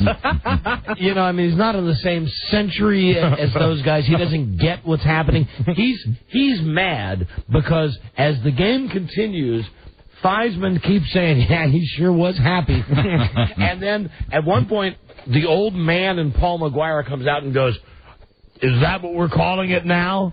Happy? Is that what we're saying? Oh, dear. He was happy when it was obvious. Listen, Joe Namath was drunk. You know, I mean, he had a moment, and that's how you say it. A guy like that would worry about frostbite. So Paul got upset, huh? Yeah, he did. Just let me tell you, coming up, we've been working real hard to really in 2004. Now I know we've only done 4.5 shows, but we've tried harder in the last 4 days than we tried in the last 4 years. We've tried desperately to entertain you. Now, who knows how long we're going to be able to keep this streak of excellence going? Rob says 2 more shows. You think 2 more? 2 more. Yeah, you think 2 more? Definitely through Tuesday. Well, I do know that on Monday, I'll just tell you 2 things I know for sure. We'll be watching more of Joe's 1975 tape about retarded people and sex education. Good. And we'll have an interview with a woman who regularly massages Regis Philbin's buttocks. Fantastic. That's on Monday's episode. Now, the Friday favorite. Here we go. Me so ready for this one. Let me just say that controversy. Thy name is. Boy, good eye, mate. Steve Irwin. Right to see you. How are you, mate? It's another great day. What a ripper. How are you, Don, Mike, Baz? Oh, you guys, are you ready to talk about Crocs? It's the crocodile hunter right here. Now, Steve, you got all kinds of bad press with your baby Robert. Oh, I want to talk about that, mate. Okay. As a matter of fact, I got a big surprise for you. Take a look what I have in my satchel. Let me untie it. Hold on a second. There he is. There's the little lad right there. Oh, look how happy he is. Baby Robert, isn't he great? Baby in a bag. Oh, it's my baby. He's a chip off the old block, mate. He's a real ripper. Isn't he cute? He looks like me. Let me hold his head up like that. Look, note the way I'm holding him. Just like a lion holds a cub. Yeah, he might put a little pressure on his esophagus, but he's a tough little ripper. He sure is. Now, he is. Come here and give your daddy a kiss. Oh, you're a good little kid. He's fine with all the animals? Oh, I got lots of stuff. I brought stuff in, much like that pussy Jack Hanna. I brought all sorts of things. Look what I'm going to do for you right now. Oh. I'm going to take baby Robert. He loves snakes. I'm going to sit him right down in front of this snake. Take a look at that. It's a king cobra. That's it, baby Robert. Don't move too suddenly. It'll put that venom right between your eyes. Well, now he's crying. Fantastic. Oh, he seems to be upset. All right, let me put that snake back in the bag. I hope everybody's going to still watch the crocodile hunter. What with your wussy Americans and all your child labor laws. It's fantastic. I've got a... Oh, no. All the animals are in here right now. I've got a bunch of shows planned, mate. Baby Robert and I are going to swim across the Amazon River. And I hope the piranha don't smell the baby food on his little fingers. Or else we'll be goners, mate. Isn't he cute, though? You like the little ripper there? Yeah, he's very good. Now, he seems very happy. And one show, we got all sorts of shows. I'm going to tell you about these shows. They're so exciting. Let me tell you later about it. Oh, get that animal out of here. We don't need cows. That's a dangerous cow. Hey, mind Baby Robert's leg over there, mate. Baby Robert's going to step on him. That's right. It's a cow. Let me tell you about the great shows. They're all going to be featuring Baby Robert on the crocodile hunter, mate. It's a real ripper. It's going to be exciting. There's going to be one show where Baby Robert, little Bob's going to be covered in tarantulas. That's right. Oh, but he's a brave little ripper, and they're not a bit upset when he drools on him. It's a cute little lad. You like the outfit that I put him in? khaki shorts and khaki shirt. Wow. That's my little tyke. Isn't he adorable, mate? Now, look, he What's does... everybody so upset about in the United States? He does seem happy. I don't understand that. He's laughing. Now, on show number 4 this season, I'm going to let baby Robert ride on the back of a giant anaconda. That's right. All the way back down to the Amazon. Hold on tight, my little hero. Because if you get into those ugly coils, your history. Who brought the donkey in?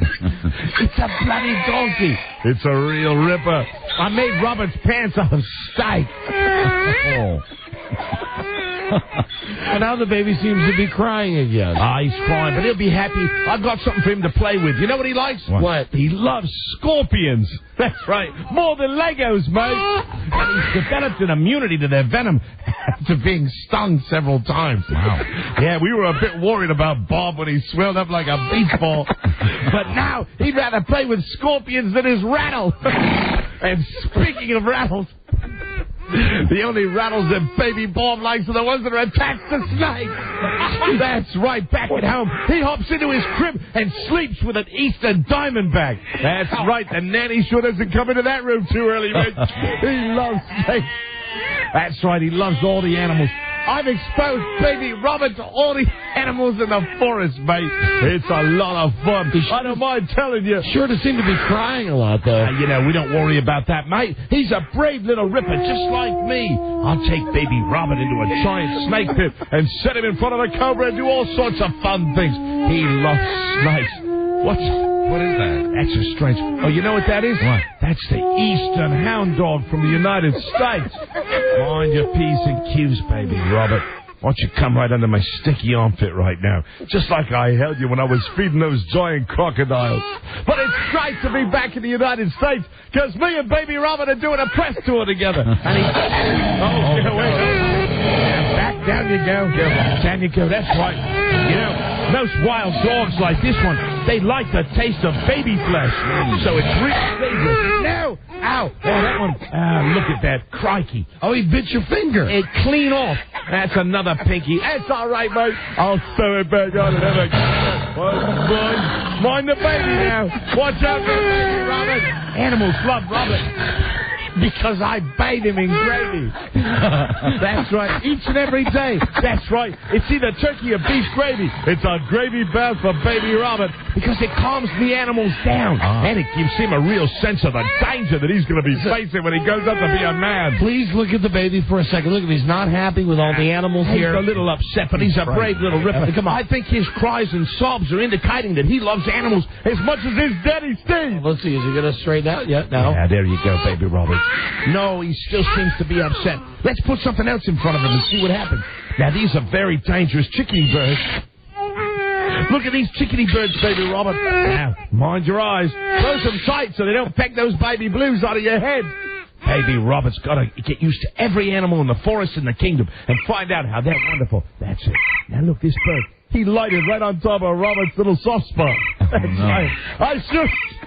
I sure hope he doesn't take those talons and dig too deeply. He'll go right into Robert's baby brain. He's packing right into the... Oh, we better get that bird off there. That's all right. That's okay. We don't want you to be featured in Sex Ed for Trainables. That baby Robert's a cute little ripper, isn't he? That's a good boy. You can call him Junior Croc Hunter, because that's exactly what he's going to be doing. I don't mind that. That's a little faggot dog. You don't have to worry about that, baby Robert. He's worried. Watch what I'm going to do right now. We're going to bring Robert in front of a very dangerous creature. Oh, no. That's right. It's the American panther, or cougar, or mountain lion, as you like to call it. Mm-hmm. And I'm going to slowly and carefully take this gentle pork chop, and I'm going to tie it around Robert's neck. And now set him down in front of this cougar. He seems to be happy, but... You go, that's it. Now stay very still. Now open up the cage with the cougar in it. Come on. Okay. Oh, mind you go. Oh, yeah. That was a close one. It seemed that cougar wanted the pork chop a little more than wanted baby Robert. So I keep him safely under my arm. Oh, yeah. Who let the giant animals in? That's a male African lion. Oh, That's going to leave a mark. I believe I just lost my baby toe, but not my baby Robert. He's securely snugged under my arm here. He's a great little kid. I love America, but it took a long time to get this. Oh, dear, what the hell is that? It sounds like somebody set up my wind-up alarm clock. Oh, is it a rattler? It's an Eastern Diamondback rattler. Baby Robert, watch out. Those snake's fangs are bigger than your legs. Nasty. No need to worry, baby Robert. We're going to have ice cream later on. And speaking of ice cream, I'm going to dip Robert in a vat of melted ice cream right now and put him in front of this little beast. Let's see what happens. There you go. He likes it. He's licking it off his tummy. There you go. There we go. Oh, the birds don't like ice cream. They're flying around me head. It's always a challenge when we bring baby Robert out. Lots of fun right now. Now he seems to be happy. Oh, he loves birds. Oh, another one. Another one flew on top of his head. Oh, now look at this now. Minus. He's pecking him. Good. Let me get that bird off his head. Let me take the feathers out of you. No, the bird. Oh, he's a real ripper. He's just doing that out of a sign of love. Pecking away at the soft spot. Baby Robert doesn't seem to mind it a bit. What a brave... Oh, I guess he does. What a brave little lad he is. No, he's fine. It's fantastic. Oh, man.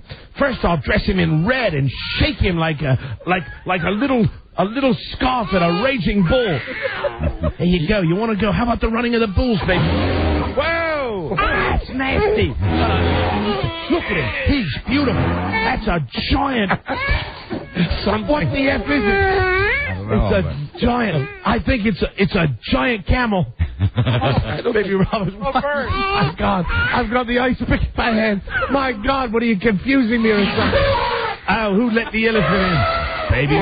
Watch the way the baby elephant avoids Robert's head. Careful. Oh, dear. Oh, that was a close one, mate. Listen, I'd love to stay for days, but unfortunately, I'm losing blood out of my right finger where the snake bit it before. I tell you, I'm starting to get confused, mate. Isn't baby Robert a cutie? You like his little outfit, mate? Now look at him. He appears fine. That's right. He did that little thing, that little baby. Yeah, he's okay. Your uncle. There you go. Yeah. He thinks great. You're such a great kid. I tell you, I'm excited about the Croc Huddle episodes coming up. Wait till you see him in that pit with a giant cobra hissing at him. He's a brave one. I love him. I could kiss him. I could kiss him 1,000 times. Oh, dear.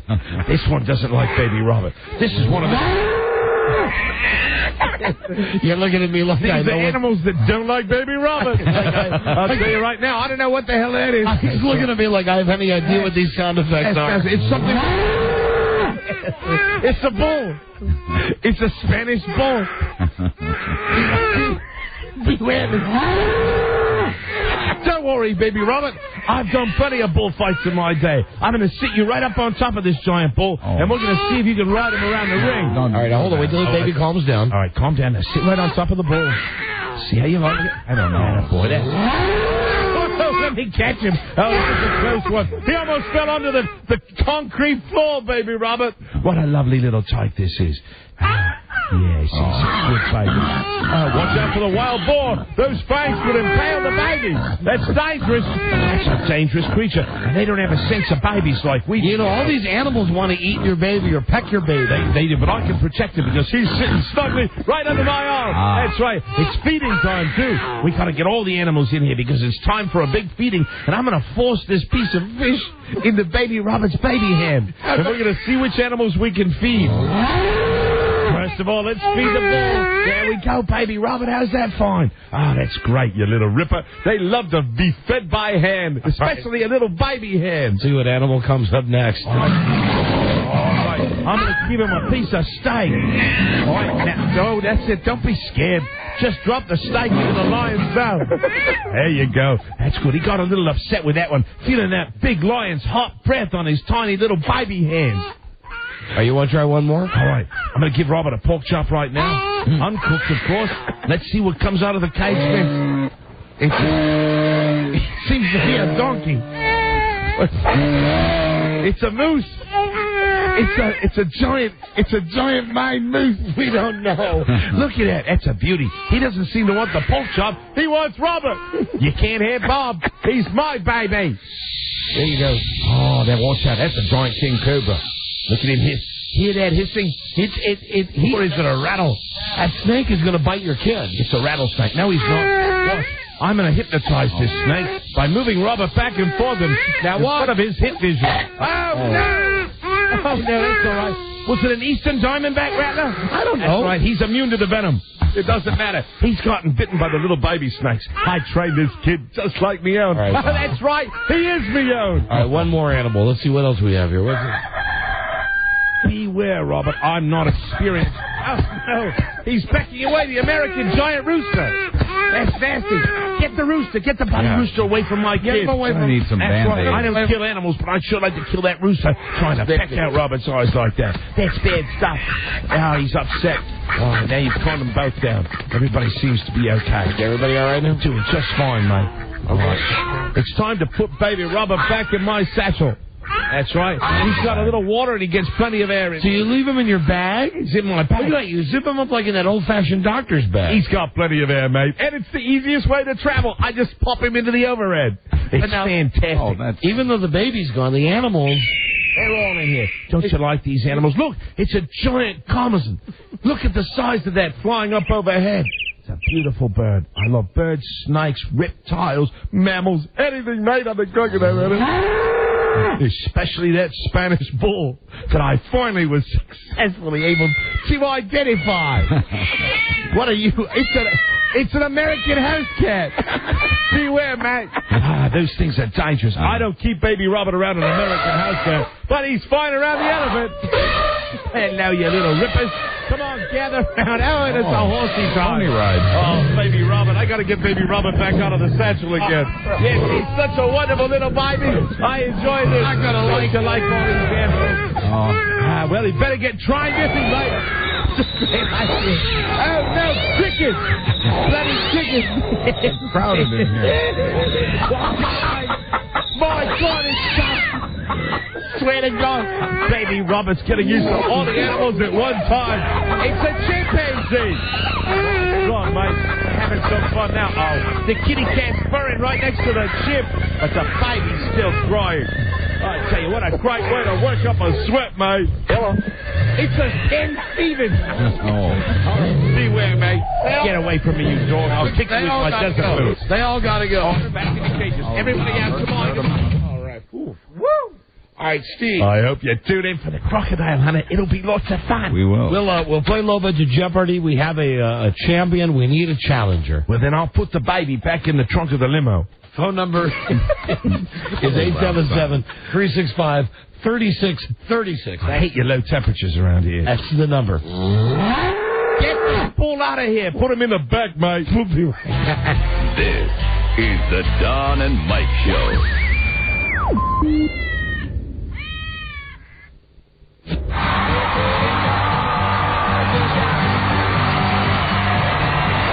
Now, Nicole, remember, this is a live show.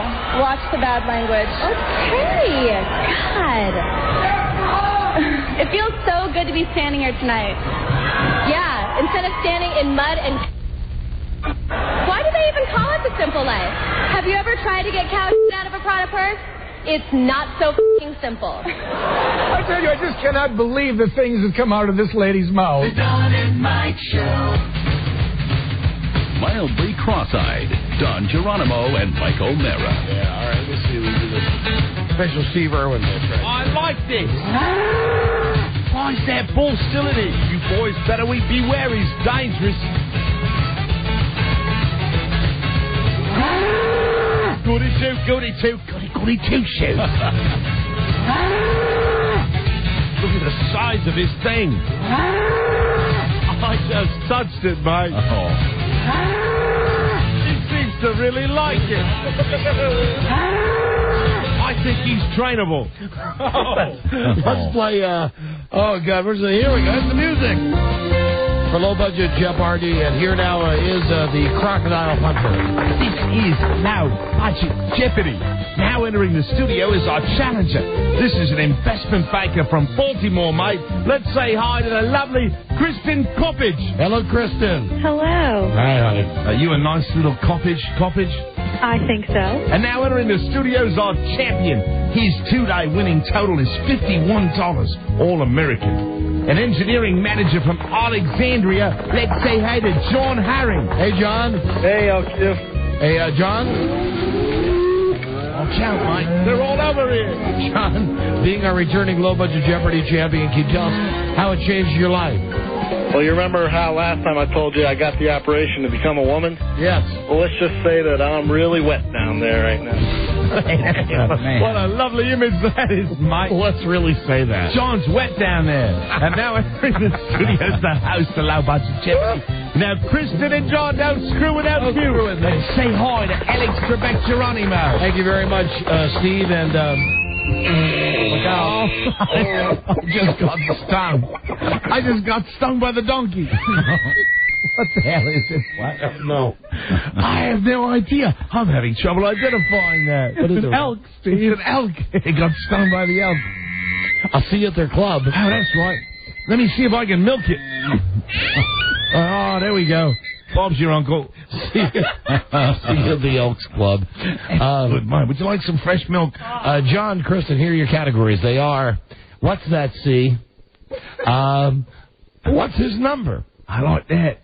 We'll always have Paris. My hand's swelling. Rock and roll ads, true or false? I love rock and roll. Put another dime in a jukebox, baby. Oh, that feels good now, doesn't it? Look, my hand's all the way up to my elbow. And Dateline. Dateline. So here's what we have. What's that, C? What's his number? We'll always have Paris. Rock and roll ads, true or false? And Dateline. Kristen, you're a girl. We do like girls better than boys. We'll start with you. Well, thank you, LQ. Rock and roll. All right, true or false? You know, every ad's got rock and roll music. Now, so true or false? Cadillac and Led Zeppelin. True. That was not in the form of a question. All right, Johnny boy, it's your chance to steal. What is true? There you go. Everybody's heard like rock and roll, right? Oh, man. It's that same animal again. I seem to have my hand stuck in a certain place. It's mighty compromising. If this animal makes any sudden move, I'll lose my arm from the elbow down. John, go again, please. Go with rock and roll, true, false for 2. All right, The Who and Foot Locker. What is false? That's right. That's a made-up one. $2 for you, Johnny. Let's go with rock and roll for 3. Creedence Clearwater Revival and Wrangler. What is false? Kristen, your chance to steal. What is true? There you go. $3 we got a tie. Yeah, mate, we're having some fun there. Oh, come on, Catherine. What the hell is this one? Oh, it's a tiny little pig. It's a lovely little pig. Let me see if I can massage it. Oh. This is a special prostate massage for the pig. Oh, no. Here we go. Now, calm yourself down. Yeah, there you go. Oh. He's all calm right now. Oh, no, it's a she. Oh, she. That's little Kathy Whiteside. Isn't she lovely? She's a real ripper, mate. Little Kathy. Calm down. John. You got any paper towels? Use your shirt. All right, there we go. All right, Kristen's in control. Oh, don't you look at me like that. What a beauty you are. I love you. Kristen. Kiss me. Is it Kristen? Yes. Yeah, Kristen, go again, please. Dateline for 1. Okay, give you a choice of 3 years here. Either 1995, 1996, or 1997. Okay? Okay. So you got to choose the year. Alanis Morissette released Jagged Little Pill. What is 1996? Yeah, that's right. Very good. It's $1 for you, Kristen. You know your music. Select again, matey. Dateline for 2. Here you go. Hootie and the Blowfish. They released Crack Rear View. What is 1995? She's a smart girl. $2 she is. She's got a thinking cap on, mate. And I've got a bunch of tiny little lambs all around me. Look, I've just sprinkled honey all over me thighs. Come on, me little creatures. Lick it off. Lick it off as fast as you can. Oh, not too close to the bobs. There we go. Select again, Kristen. Try Dateline for 3. Spice by the Spice Girls. What is 1996? Johnny, it's your chance to steal. What is 1997? There you go. Good job, Johnny. $3 for you. You've tied the game. It's a horse race. This is fantastic, and those are beautiful animals. Go again, Johnny. Let's go with what's that C for 1. What's that C? Oh, okay, and it's not what you think. I'll give you some initials that start with the letter C. For instance, Johnny, for one, CSI. What is crime scene investigation? Righto. $1 for you, Johnny. Select again. What's that C for 2? CIA. What is Central Intelligence Agency? Right again. Excellent job. You're really taking a bull by the balls now there, Johnny. Let's close that category. CBS. What is Columbia Broadcasting Station? No. Now, you screwed up. At the last second, it's a chance for Kristen to slide right on in and see if she can come back. What is Central Broadcasting System? Oh, you blew that one. Look at that. I wish I could let you see this dolphin. What a beautiful flipper she is. That's right. I got a sardine for you, beauty. Columbia Broadcasting System. And Johnny, you're in control. CBS. Select again. Let's go with what's his number for 1? All right, now listen, you should get this. You're a man. These are all football players and their numbers. Guys who are still playing this weekend. Peyton Manning. What is 10? Fag. Chris, your chance to steal. I wouldn't have known it either. Fag. Sorry, mate. Kristen, can you steal? What is... He just had to guess. 18. He's number 18. Johnny, you're still in control. Let's go with what's his number for 2? Steve McNair. What is 8? Oh, Kristen, your chance to steal. What is 12? Now. Your girl, number 9, Steve McNair. Number 9. Everybody knows that. Johnny. You didn't know that? Now. Let's go with this number for 3. Isaac Bruce. What is 80? Non-fag. Wow. $3 for you, Johnny. Hold on a second. Hold on. Feeding time. I got to get my slop bucket out.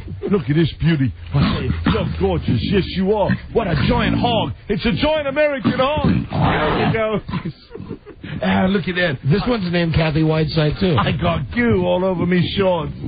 I got a little goo. Wet and sticky. Yeah. But I'm trainable. All right. You're in control, Johnny. Let's go with Always on Paris for 1. Oh, we'll always have Paris. Paris. There's not enough animals in Paris. Paris Hilton's bra size.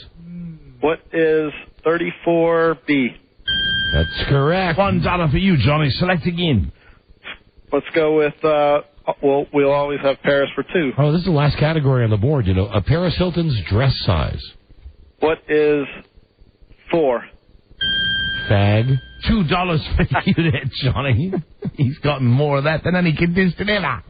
All right, select again, mate. Let's go. Close that category. Paris Hilton's IQ. What is 90? I'm guessing, but I say no. That's not the answer. This is Kristen, your chance to steal. Scientifically researched. What is 100? No, I'm sorry. I say she's 75 because that's what Forrest Gump was. Forrest Gump, a great movie, mate. Ran, Forrest ran. Oh, listen, Steve, that's the end of. What a great game it was. Oh, catch this one by the tail as she runs by. Come back here. I've got a cheeseburger for you. That's the end of the first round of Low Budget Jeopardy, and who's got what? All right, he finishes up. It's quite a match that we've got going on here. John Herring finishes with $15, while Kristen, the new investment firm runner person, Baltimore, finishes with $6, and that's a whole herd of horses. Look at that. Hey, stop in for a cup of tea, mate. All right, guys, here is a final Low Budget Jeopardy, your chance to win. We physically force you to bet it all. Good luck. Your category is All Hail Joe Gibbs. Joe Gibbs. Look at him. That donkey sure likes Joe Gibbs. Isn't it great to have a Super Bowl champion coach back to the Redskins? That's right. And the elk likes him, too. Let me grab those lovely fluffy horns right there, mate. Come on now. Can I tickle you? Let me tickle you down there. Oh, yeah. She loves it. All hail Joe Gibbs. Here you go, guys. Answer in the form of a question. During his first tenure as Washington Redskins coach, this was the only team to beat the Redskins in a Super Bowl. Bowl. Go into the bowl. During his first tenure as Redskins coach, this was the only team to beat the Joe Gibbs Redskins in the Super Bowl. Guys, don't forget answering in the form of question and good luck. All contestants on Low Budget Jeopardy will receive the Steve Irwin Baby Book. Chock-a-block full of advice on how to toughen up your little baby. My baby book has everything from a brand new parent, everything you need, from first aid tips and how to save a detached limb to where to find the proper anti-venom and free your baby of nasty parasites. It's a must-have if you love your lad as much as I love my little Bobby. And now back to Final Budget Jeopardy with Alex Trebek Geronimo. Oh, thank you very much. It's game time now on JK. Cash for you and me. We're out on the ranch, right? It's on the left now. Lots of that. Lots of those horses. You're killing me. We have the horse CD in now. Come on, boys. That's all we got. It's a roundup. That's right. Yippee-yi-yo-ki-yay. They're mighty dangerous, those American horses. Hey, they look like little ponies. We want to go. Hey, like the pony Mike's buying his daughter. Isn't he a great dad? Yeah. It's a parrot. Hello, little parrot. Hey, come on now. How about my eye? Pick it out. Go on now. Pick it out. Give it a try. Watch this. I won't even think. Oh. I can't see out of it anymore, mate. It's a detached cornea. We want to go to Kristen first. She's low person. That's right. She's only got $6. Kristen, in his first tenure as Redskins coach, this was the only team to beat the Washington Redskins in the Super Bowl. The Bills? Oh. Not in the form of a question. And that knocks you down to 0. I'm sorry, Kristen. And not right. Johnny, if you got the answer, you're the big wiener. Who are the Raiders? Yeah. That's right, John. You double your score to $30, mate. You are still the Low Budget Jeopardy champion. You know, I'm here thinking I could bust his balls. Was it Los Angeles? Was it Oakland? That makes me stomach purr. That's right. That sound is coming from my stomach, Steve Irwin. Look at that. It speeds up if I rub it faster. Kristen, parting is such sweet sorrow. Adieu, adieu. John, don't go away, Matt. Just go away. What is this one? It's another goddamn horse. What is it? It's not a horse. Hold on. We're looking it up. Can't identify it. We're looking it up right now. Hold on. It's eating. It's a horse eating? It's a horse. Hold on. Another bloody horse. Rob, just turn it off. Tell me what it is. It's a dog eating hard, crunchy food. A dog eating hard, crunchy food. It might sound innocent, but it's dangerous. It's dangerous, mate. Just get your hands and feet in its mouth. Kristen, don't go away, Matt. Just go away. John, you win again. Now here is Steve Irwin. Steve. First of all, Johnny, you double your score to $30. We throw in a $25 bonus, plus your previous total, bringing your big whopping total, mate, to $106. That's right. And now, Kristen, would you like to hear your parting gifts? Kristen? Kristen? Did we lose Kristen? I think she was deeply disappointed by her wrong answer. Did she hang up? John, are you there? Yes. Kristen, are you there? Yeah, I'm here. All right. You want a DVD copy of... Let my little baby Bob drink out of the toilet. A DVD copy. He's thirsty. I'm Sex in the City. He's got a big head. The complete 5th season. Go ahead, have a drink, baby Bob. You go on, my daddy reads the prizes. Now available on DVD and VHS. That was him exhaling through his nose. From HBO Home Video. GQ Baby. 8 sizzling half-hour episodes you won't want to miss. Available wherever DVDs and VHSs are sold. But wait, there's more. Go ahead, have a drink, baby Robert. Hey, that's right. You want to curb your enthusiasm prize pack, mate. I want to hear him drink Somebody brought the cougar back in. Catch all the new episodes of HBO's comedy series Sex and the City and Curb Your Enthusiasm every Sunday night. Congratulations, Kristen, and thanks for playing the game. All right, thank you, Kristen. Thank you. Thank you, Johnny. See you next time. Thanks, you. All right, kids. Have a great weekend. Thank you very much. I feel sorry for Kristen. She really wanted to win bad. If just one time we could bring baby Bob back in. He's in my bag. Hold on a second. Come on out. There you go. There's my lovely little baby. Now you're going to get a drink again? Cutie pie. Yes, have a drink, baby Robert. Go ahead. Go on. He's so thirsty, especially after that long flight from Australia. There you go. Well, you know, most babies drink out of a bottle. He's drinking out of like a... It's a little tiny basin that I've got. It resembles our toilet back home. That's what he likes to drink like out of. a dog did. The only problem is when he drinks that much, he gets powerful gas. It's very frustrating. That's all right. Now, don't drink so fast. You'll get terrible gas, baby Robert. I swear to God, he won't stop until he gets there. It feels better now. A little one. Now, we might need to get some more out. A lot of pressure. Baby Robert. Stop drinking now. It's time to burp. Let me burp him. Okay. Let me just pat him on the back. Good Lord. That's me, lad. I love that, baby. Steve always remember, never forget, Low Budget Jeopardy is a production of... Coron Incorporated and is distributed by King. I can't get the baby to stop drinking. Come on, baby Robert. We'll drink that tonight. There he goes. Wow. Steve Irwin. Man, oh man, that's a strange looking baby. He'll grow into that tongue. That's a funny bit. You know who really laughed at that bit? Joe Gibbs.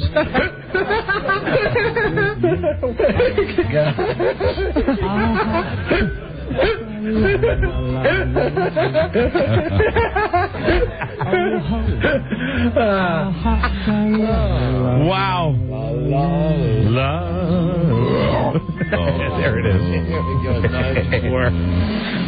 For boss. Wow. In a world where owning a radio was strictly forbidden, one man found a way to bring good news to his people. Here we go, Buzz. He made it up. Okay, Buzz. Yes. What is your lead story today on the News in the Comments show? Today, there's still no cure for cancer, but we're building a house on the moon. You always have that optimistic outlook. He does. He's Cure positive. for cancer, but we're building a house on the moon. That's right. What if the house on the moon was for people with cancer? Yeah, that'd be a start. Wouldn't that be a great way of quarantining them? They're not contagious. They're not contagious. So says you. Stay tuned, everybody. Stay tuned for news and comments coming up on the Don and Mike Show. That was very professional. This is the Don and Mike Show. What's the word from Planet Crackpot? The Don and Mike Show. You can call Don and Mike anytime from anywhere in America. 877-365-3636. They're ready to believe you. Right. Time for Buzz Burbank and Guy Birdley's News Now. Buzz brought to us by Verimax Sexual Pleasure Performance Enhancer. Doctor developed. Someone called for a doctor. Clinically tested Verimax works. Get it at Rite Aid, GNC, other select retailers. Try it today. Verimax 1-888. Try VMAX. Hi, Buzz. Hi, Don and Mike. If you're running for re-election, and he is, you promise him the moon, and he is. President Bush will announce Wednesday plans to establish a permanent human settlement on the moon. He also wants to send Americans to Mars, but just a visit. The idea was hatched by the same group that investigated the explosion of the space shuttle Columbia, and the last time humans visited the moon was over 30 years ago. No word yet on what it'll cost, but you can bet it'll be astronomical. Hey, I get it. The White House says... Thank you. I'll be here the rest of the week. The White House says it knows this will be tough. Push past Congress, which is already looking at huge budget deficits for years to come. Hold on, I just want to get Joe Gibbs' reaction again. Yeah, well, does he think that's funny? You said that was... I said the cost could be astronomical. And it was funny.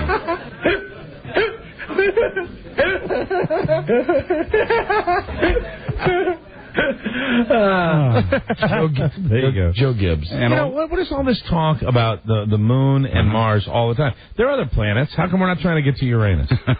Oh, we'll get there. I mean, really, you never hear enough about it. It's because everybody knows how to get there. Yeah, that's right. But you say stay away from there.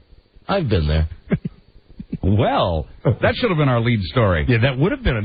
That's breaking news. You've been there?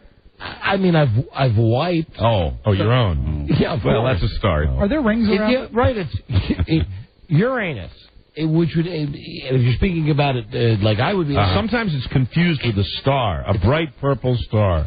Then it would be Myanus, not Uranus. Myanus. Right. Uranus is Myanus to me, and mine is mine to me, and yours would be Uranus to me, and it's always Uranus to me. Love what you sing. Thank you. All this comes during a presidential promise to cut the debt, not make it bigger. Can oil wells on the moon be far behind? Mm-hmm. You know, they sent that like Radio Shack toy. And I know it's very expensive, but it looks like one of those remote control Radio Shack. One they sent to Mars. Yeah. Mm-hmm. And they're getting back pictures. 3D. That, to me, looked like you could have gone to Palm Springs, California. Mm-hmm. You could have put a little camera up on top of one of those Radio Shack things and done the remote control and just tell people it's Mars. There's a movement that says we never made it to the moon.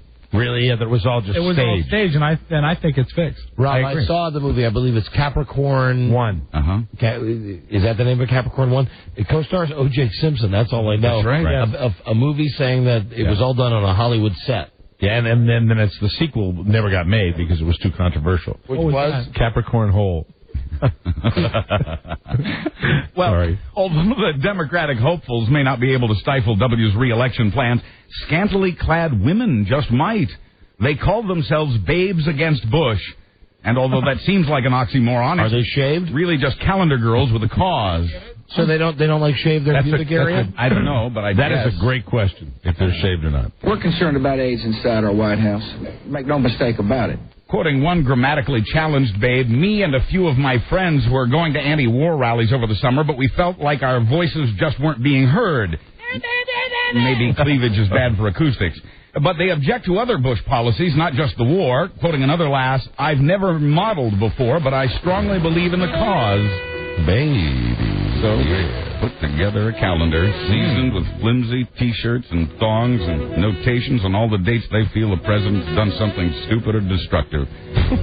Thousands of orders for the calendars have poured in so far. You know how I kind of like that Wesley Clark guy? I got me an email the other day from a supporter, a new supporter. Madonna? Oh, yeah, sent to me personally. And I guess 2 million other people.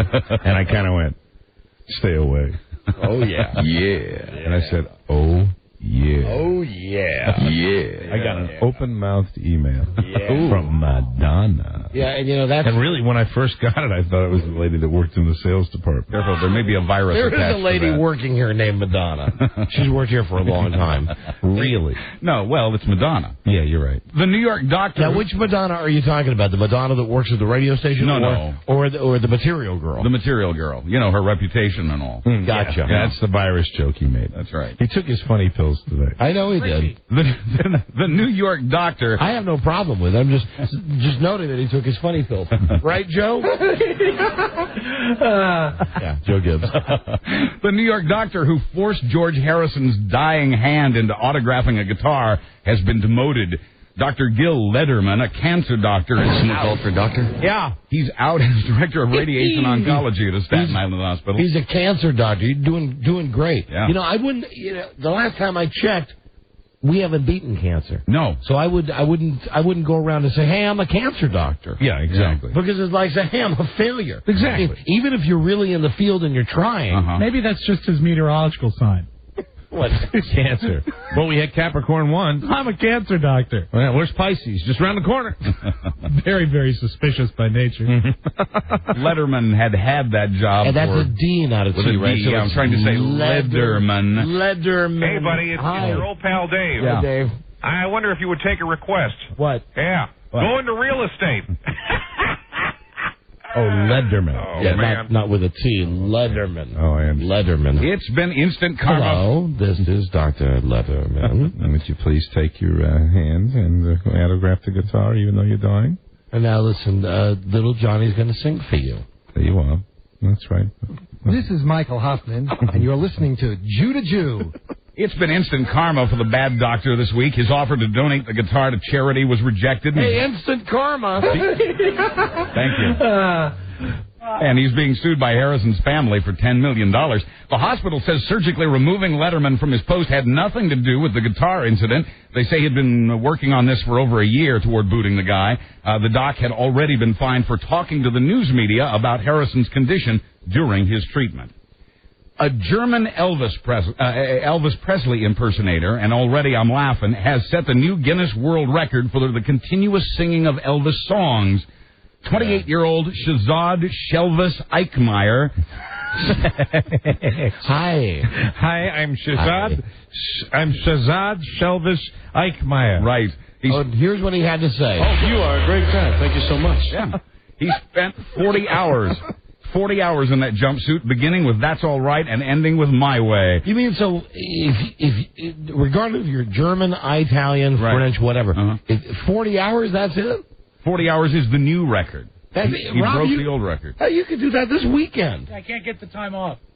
You could do Got to do the. What do you, I mean, do you sing them all, or you obviously repeat them over and over again? I don't know. He must have repeated some songs because he went for 40 hours. Caught in a trap. Taking only 30-second breaks between each song. He rested for only 15 minutes every 4 hours. Doing Hound Dog. Different arrangement. It's nothing but a hound dog. I love this guy, Clint. He has been singing for the last 40 hours. Shelvis Eichmeyer. The old record, of course, there was 25 hours and 33 minutes. And it's silly, Rob. Yeah. I don't know if anybody heard that except me. That was very cheap of you. Hey, I'm a cheap guy. To work your plug in. Yeah. But the wedding show that he's doing this weekend to prevent him from When did he work that plug in? Marathon. He just like the chaos. Threw it in the middle of all that stuff. He just did the wedding show. You remember how Rob used to be the show for the car show? Right. Used to do the infomercial. Mm-hmm. Yeah. Now he's doing an infomercial. Here he comes lumbering up. I think it's absolutely tasteless to be doing that during our show, to be promoting the wedding show. He's doing a show. Mike is the official voice of the wedding. I'm the voice of the wedding show. The wedding. Now, why is it? Listen, here's a guy who you can call the wedding show. Here is a guy who is just with a pubic hair. Yeah. Really, I mean, you know what I mean? Just a thin. Yeah. You don't have to see him. Once you say pubic hair, you don't need to pop anything else in know there. how close. Yeah. He's so close to having a wrecked marriage himself. Mm-hmm. How could you possibly be the host of a show called The Marriage Show? That's the reason. It's the wedding show. That's the reason. I'm sorry. I'm making all these connections to get great deals for my next marriage. You know, having a nearly destroyed marriage, or even having a failed marriage like me, you can still host the wedding show. If the price is right, Don, you can host anything. But Rob, Don, how will you deal with the fact that I know on this show you're outnumbered? You're the minority. And I'm not talking about male, female. I'm not talking about gender. I'm talking about you're working with two beautiful, strong black women. That's and true. You must take orders from a black woman. How are you going to deal with that? It remains to be seen. I invite everyone to tune in tomorrow at 3 o'clock. Oh, You're the worst. You are the worst. What do you think of that, Joe? He's amused. Man. What a whore. It was an accident. A co-worker of South Dakota construction guy Jed Bryant didn't mean to shoot him in the head with a nail gun. Jed! But there it was, a 3-inch nail backed by 90 pounds of pressure slamming straight into Jed's skull. Jed! Missed his brainstem by 1/4 of an inch. His family prayed for his survival. You know, why are there always guys like this? I saw this guy on TV Buzz where they had the X-ray. And X-ray. It's like something you see on a sitcom. You really can see the nail? You see the nail go all the way into the guy's head, and they say, like, 1 millimeter. Quarter inch. He would have been smaller killed. than that, and it would have gone right to his brain. Mini millimeter. The brain stem. Mini millimeter. Zip it. His triplets. His family prayed for his survival. Their prayers were answered. Quoting Jed, I could actually hear like little chunks of bone moving around inside there. I was amazed. Jed. On a construction site in Tyler, Texas. How are ye, Jed? In Tyler, Texas, meanwhile, 40-year-old James Runyon accidentally shot himself with a nail gun in the heart. He, too, will completely recover. See you at Home Depot. Wow. I understand. I don't understand. The other one was an accident with one guy trying to nail something to a wall, and he hit his friend. Shot the guy. Right. How is it possible that you are a solo performer? You're holding the nail gun, and it gets turned around, and you shoot yourself in the heart. Well, you're still trainable after it's over. It was actually on the ground, and he tripped over it and set it off, and it apparently was just the right angle to fire right into his heart. Oh, excuse me, Ricky. Ricky, I did see what you were doing. It felt good, didn't it? It's all right. We all have feelings like this sometimes. I'm just glad you're doing this in the privacy of your own room. When you're a little bit older, we'll have to talk more about these feelings and what causes them and how we can control these feelings. That's right. I'm sorry I intruded on your privacy. I'll be sure to knock next time, okay? Hi, I'm Cameron Gray, Operations Director. Don't blame me. That was from the movie Sex Education, the ABC, the Sex Education for Trainables. That's Trainables, and we're going to have more of that on Monday, right? Yes, we are. Excellent. Fantastic segment. Delightful segment. In San Diego, doctors are amazed this woman survived after all of her skin fell off. Her skin and the membranes covering her internal organs. Her eyes were peeling, along with her mouth and throat. Quoting a doctor... How is Kathy Cologne doing? Quoting a doctor, once the skin starts to slough, there's no stopping it. It's rather dramatic to really see this coming off in sheets. I knew it. I knew it would happen to her years ago. That's so gross. All that tanning, constantly going to the tanning salon. Constant tanning. Turns out this woman's immune system was reacting to some medications. Fortunately, and even to their own amazement, doctors were able to turn her around. They began by covering her body with an artificial skin. Turn that thing around. I don't want to hear this. Artificial skin in 48 hours. I'm like a guy that, it's like riding next to a car wreck with these two guys. Right. And I'm sitting there going, come on, shut up. I want to look. I want to look and see the blood. Turn that thing around. Look at Only they could take skin sloughing off and make it sexual. Look at that sweet ass. Oh, the meat fall off the bone. Take it all off. What a sweet ass that is. Doctors say the fact that this woman is alive and will stay that way is a miracle. Is she going to get her skin back? She's already getting it back, and she's on her way to recovery. She's going to be fine as if it never happened. Wow. Amazing. See, and you were getting mad at me just for saying, turn that thing around. See that ass. See what happens when you turn that thing around? Boy, is that a nice ass. Hold on. Wait, give me 1 second. Thank you.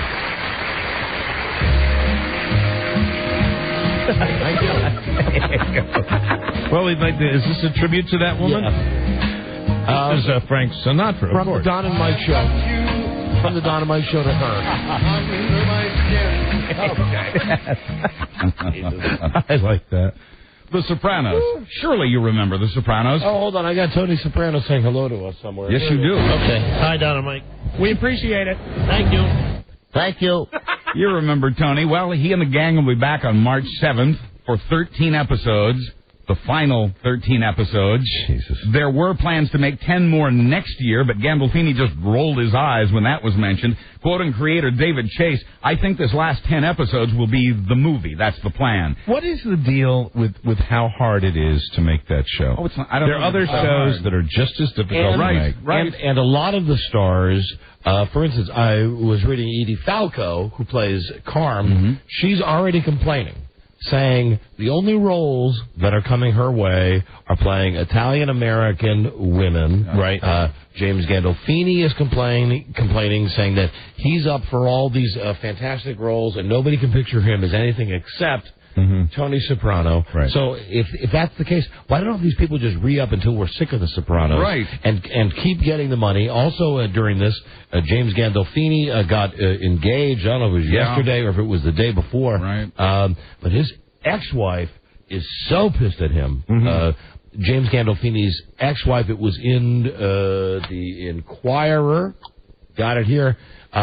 She says that Tony Soprano, James Gandolfini, used to snort coke with all of the people on The Sopranos. I heard that. That's a nice indictment of everybody on the show. Jesus. That's an angry woman. He did coke with everybody on The Sopranos. Flunked out of his rehab, and then was arrested in California on DUI. Also, quote now, Mrs. Gandolfini, the widow. Also, he had kinky sex with multiple mistresses. That's what the outgoing Gandolfini lady has to say. That's what Tony did. Right. All that blow he did with the cast, is that what killed Nancy Marchand? Shut up! You're on a line. He says, what are you talking about? Oh, poor you. Hey, James, where's my razor? He says that she's emotionally unstable. This is his wife now. She threatened to commit suicide, and she hinted that she feared that if she did anything, that he would kill their kid. Well, you know what? She's a lawyer.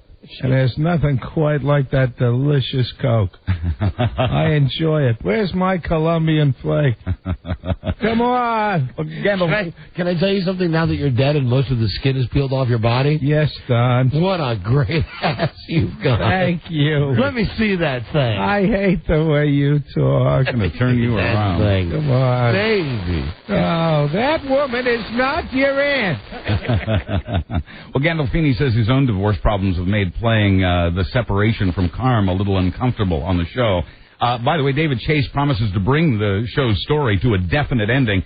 As we rejoin the family this year, Tony and Carm will still be separated, but Furio will be gone, and a bunch of other mobsters from the family will get out of jail to stir up things. All right, good. Got somebody that they're who is it that they're bringing up this year, Buzz? I didn't keep a list to be on the show. Hold on, trust me, I've got it here. I got so many goddamn papers, but I've got anybody big? Any big names coming on the show? It was a name. It was somebody not necessarily a Ralph name. Macho.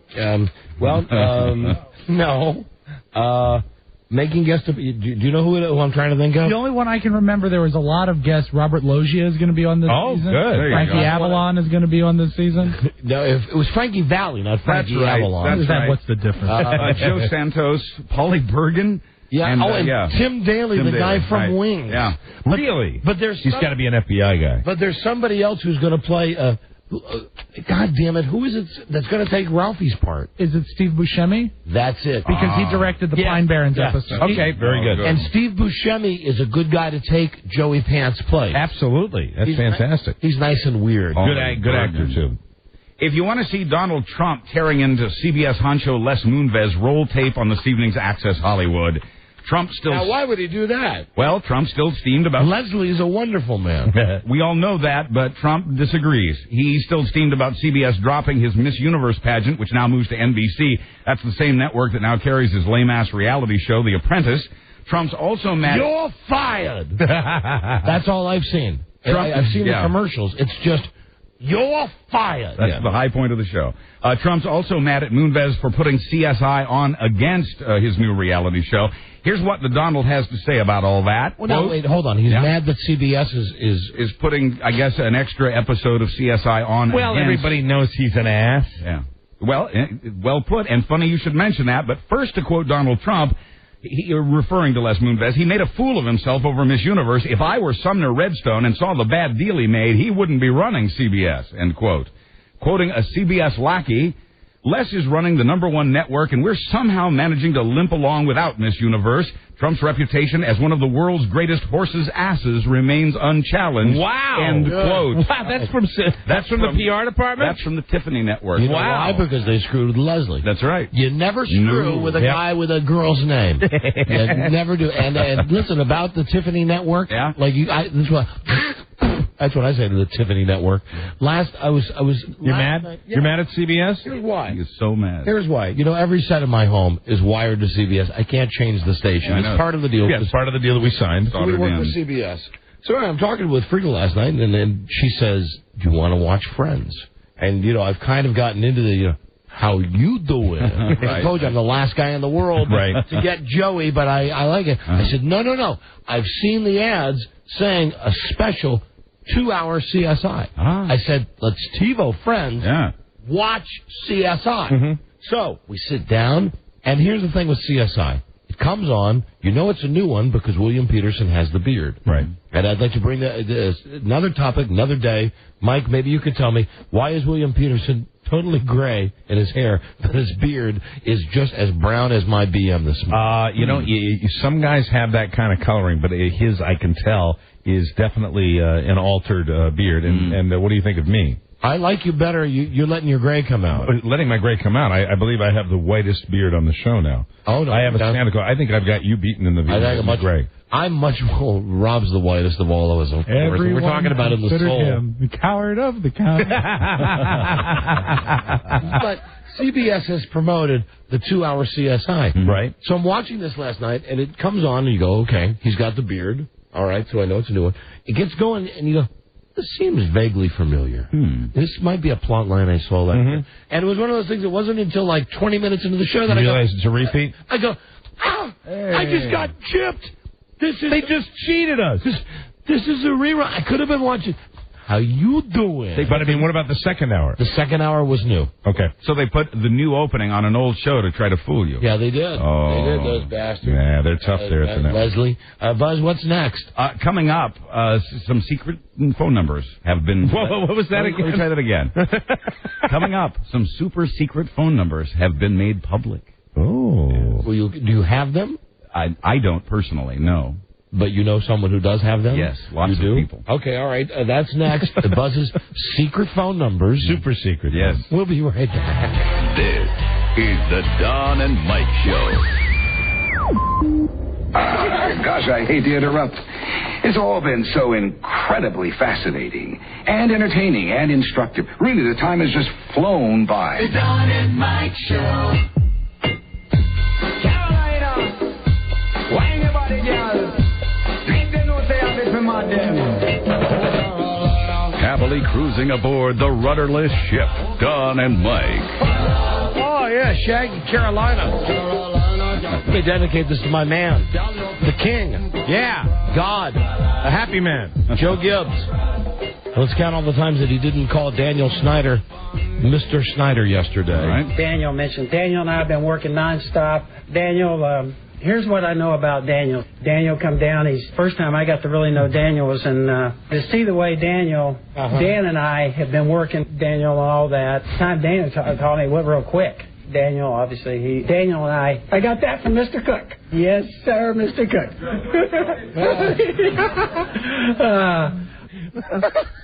That was a good press conference. The king.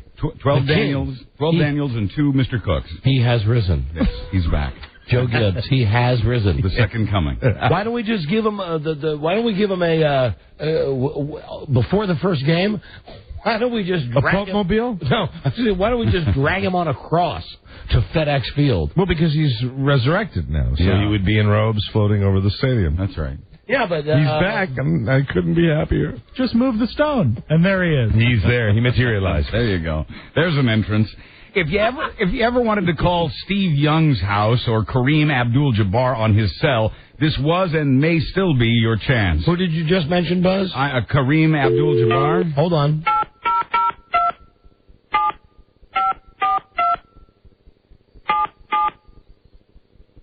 You said it. I got it. Wow. Kareem Abdul-Jabbar. Welcome, baby, to our exclusive backdoor party. That's what I thought. Like rough, hot, and tight. Okay, it's hot. All right, that's enough of that. You know, there used to be a time when you would call you could play the whole thing, and the whole front part of it would be fun. You would call that number, and the lady would say, "Hi, welcome to Ask for Ass." Mm-hmm. Now they're saying F'd up the A. Yeah. Wow. Now the back part is fun. That's bad. Well, there goes that joke. Yeah, no, maybe we can find another one. Well, here's what happened. Okay. And here's why we're talking about these phone numbers. Some poor soul at the Associated Press Wednesday pushed a wrong button and sent out AP's list of super secret phone numbers over the wire. The numbers to access 750 sports celebrities. The AP immediately sent a notice to its subscribers to disregard, destroy, and not disseminate that list. But in this internet age, there was no way to unring the bell. One of AP's subscribers immediately fired off some emails.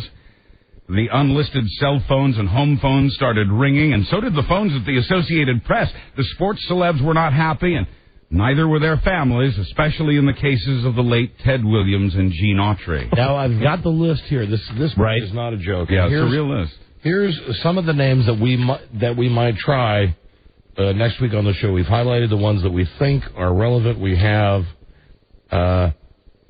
Bobby Brown, George W. Bush, wow, Dan Deerdorf, Lefty Drizel, Dale Earnhardt. Well, that'll be a long distance call. Bill Elliott, Doug Flutie, Wayne Huizenga, and that's Magic Johnson.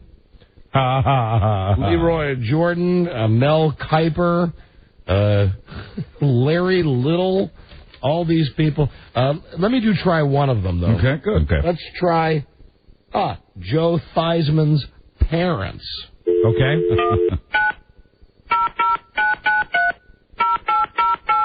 Because on some of these it says agent. Ooh, I'm so glad you called, because I'm ready to let go. Ooh, this wet and nasty tranny action is brought to you by... Okay, that was... Tranny action. That was obviously not... Tranny action. Obviously not Joe Theismann's parent. Wow. I guess not. But wow, this is a hell of a list. And Buzz, I know you... seriously, you have respect, I don't know why, for the Associated Press. Well, they're the best. They're the biggest and the best. Well, they effed up because they let this list go yesterday, and I got it now, too. Everybody has a bad day. Yeah, somebody in particular over at AP had a bad day. Yeah, I'm afraid they did. Well, the Farrelly brothers are making a new full-length Oh, hold on a second. Now, here's what I would want to try, seriously. Okay. Bart Starr. Oh, fantastic. You're a big fan. I named my kid after Bart Starr, really. Well, that would be good. It's something to talk about. Bart Starr, area code 205, which is the same area code, incidentally, as John Stallworth from the Pittsburgh Steelers. Ooh, how do you feel about getting the entire package? That is the scariest one I've ever heard. Yeah. That made me nervous. Yeah. You want to hear that again? Yeah, I would. Please. Maybe go a little deeper with it, so to speak. Just a little bit. Ooh. That's a disturbing one right there. That is nasty. Calling Bart Starr. Your hero. My hero. Takes a while to ring. Ooh, how do you feel about getting the entire package? And I mean everything. Oh, with me, you can have it both ways. All at the same time. I certainly find it convenient. The question is, can you? Ooh, if you think you're a man enough and you're over 18, let's get it on. Brought to you by Digicom Enterprises for only $1. This is the she-mail line. Digicom. I never would have guessed. The she-mail line. 777-1249. Okay, anyway, Buzz, sorry about that. Well, the Farrelly brothers are making a new full-length Three Stooges movie. The Farrelly brothers made something about Mary and Dumb and Dumber. Their new movie will star present-day actors as the late Mo Howard, the late Larry Fine, and the late Jerome Howard. It'll take place in the present. There will be... Bob? Come on, Popsy Wopsy, we're ready for the wedding. I changed my mind. I don't want to be married. That's what you think. You're going to marry her right now. I'll marry you when I'm ready. Are you ready? Yeah, I'm ready. There will be no one playing Shemp, Joe DeRita, or Joe Besser. Yeah! The Farrellys... Because they don't count. Well, it's Curly, Larry, and Moe. Everybody knows that. But Shemp is fine. The Farrellys... Shemp is not fine. He is fine. Shemp is S. Shemp is fine. Shemp is shit. Shemp kept that together. Kept that after Curly's stroke. Shemp kept it together. Really, to be technical, only Larry is fine. That's true. Shemp and Moe and Curly are ours. Well, the Farrellys hope to start shooting early this year on the new Stooges movie, and they're shooting for a summer 2005 release. Now, what date. are they doing? I mean, are they finding guys to imitate Curly, Larry, and Moe? To be those three guys and to put them in a present-day situation. You know, I'm liking it. The Farrelly brothers have a streak of movies going, and I'm not complaining. Something about Mary, great. Then Shallow Hal, which is very funny, but is one of those. They didn't say it when the movie came out, but it has a heart. Yeah. Right. It's a movie with a heart, and the same with Stuck on You with Greg Kinnear. And even technically something about Mary had a little, Yeah, but Shallow Hal even more than something about Mary, and Stuck on You even more. Did you like Stuck on You? Yeah, because it's too funny. Right. Yeah. But it wasn't as good as because you thought it was going to be great. Well, it's gross. Right. And it's got a lot of great sex stuff and a lot of great toilet stuff. Right. And both those guys, Matt Damon and Greg Kinnear, are very funny together. Right. But it has about halfway through, the movie turns and it becomes one of those no matter how different we are all the same. And Shallow Hal kind of had that. That doesn't he? Kind of had that too. Yeah. I like the Farrelly. You hate anything socially redeeming. I like the Farrelly brothers with the edge, and it's okay that in Something About Mary there were 2 or 3 parts where you go, oh, that's okay. Right. But mainly Something About Mary was the old lady taking her clothes off I know. and throwing the dog around. And the number 3 hanging from the ear. Right. Yeah. Right. But even in Shallow Hal, with Jack Black, who's great in the movie, at the very end when he sees that he's with the big pig, it's like he goes, oh, well, I've loved you all along. And, right. And I don't know how many of you watch it. I want you to go, hey, wait a minute, hold on. If I want this crap, I'll watch Patricia Heaton in The Goodbye Girl. Right. I mean, I want a nice, shocking ending. Shocking. Like where everybody dies. Yeah. Or has sex. Something shocking. Or dies having sex. But don't get me wrong, I'm not complaining because it's still out of all the movies that are out there currently, I'd still say the recommendation would be Stuck on You is the best movie. IMHO. You know what? In my humble opinion. I just realized something. Go to see Bad Santa. Go to see Bad Santa. You'll love it. I think you're right. It's great, but I believe it's out of the theaters now. No, it's not. Still in the theaters. Yeah, you should go see Bad. If you're looking for that, you know what? Go see Bad Santa. There's a little feel goody in it, but not really. Yeah, it's gotten good reviews. Okay. Too. Country singer Jerry Reed, who appeared in Smokey and the Bandit and had top 40 hits with Amos Moses and When You're Hot, You're Hot, is now producing a musical. It's not a Broadway musical. It's a Nashville musical. It's starring David Modell of the Baltimore Ravens. Cod Roaster. That might be a good start for him. Cod Roaster opens this month. It's about 3 guys sitting around a campfire singing. So there's a show right there. Very good. Kathy Lee Gifford is no longer all about sweetness and light. The once perky TV hostess has written a new song that's a little darker than that to which we've become accustomed. Is this another? Is this another episode of her making Frank pay for having banged that stew? This is more self-reflecting, I think. Quoting one verse, I've known anxious moments. I've known sleepless nights. I've seen most of the world's greatest sights.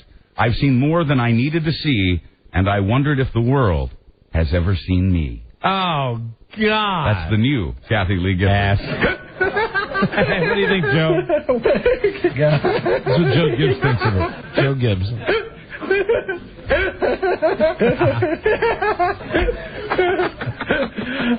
In other sports, it's a big weekend for football fans. The NFL playoffs continue for the second weekend. Tomorrow, Carolina and St. Louis will fight it out while New England... the best weekend for 8 months! New England takes on Tennessee in a game that will have at least 400 cases of exposure.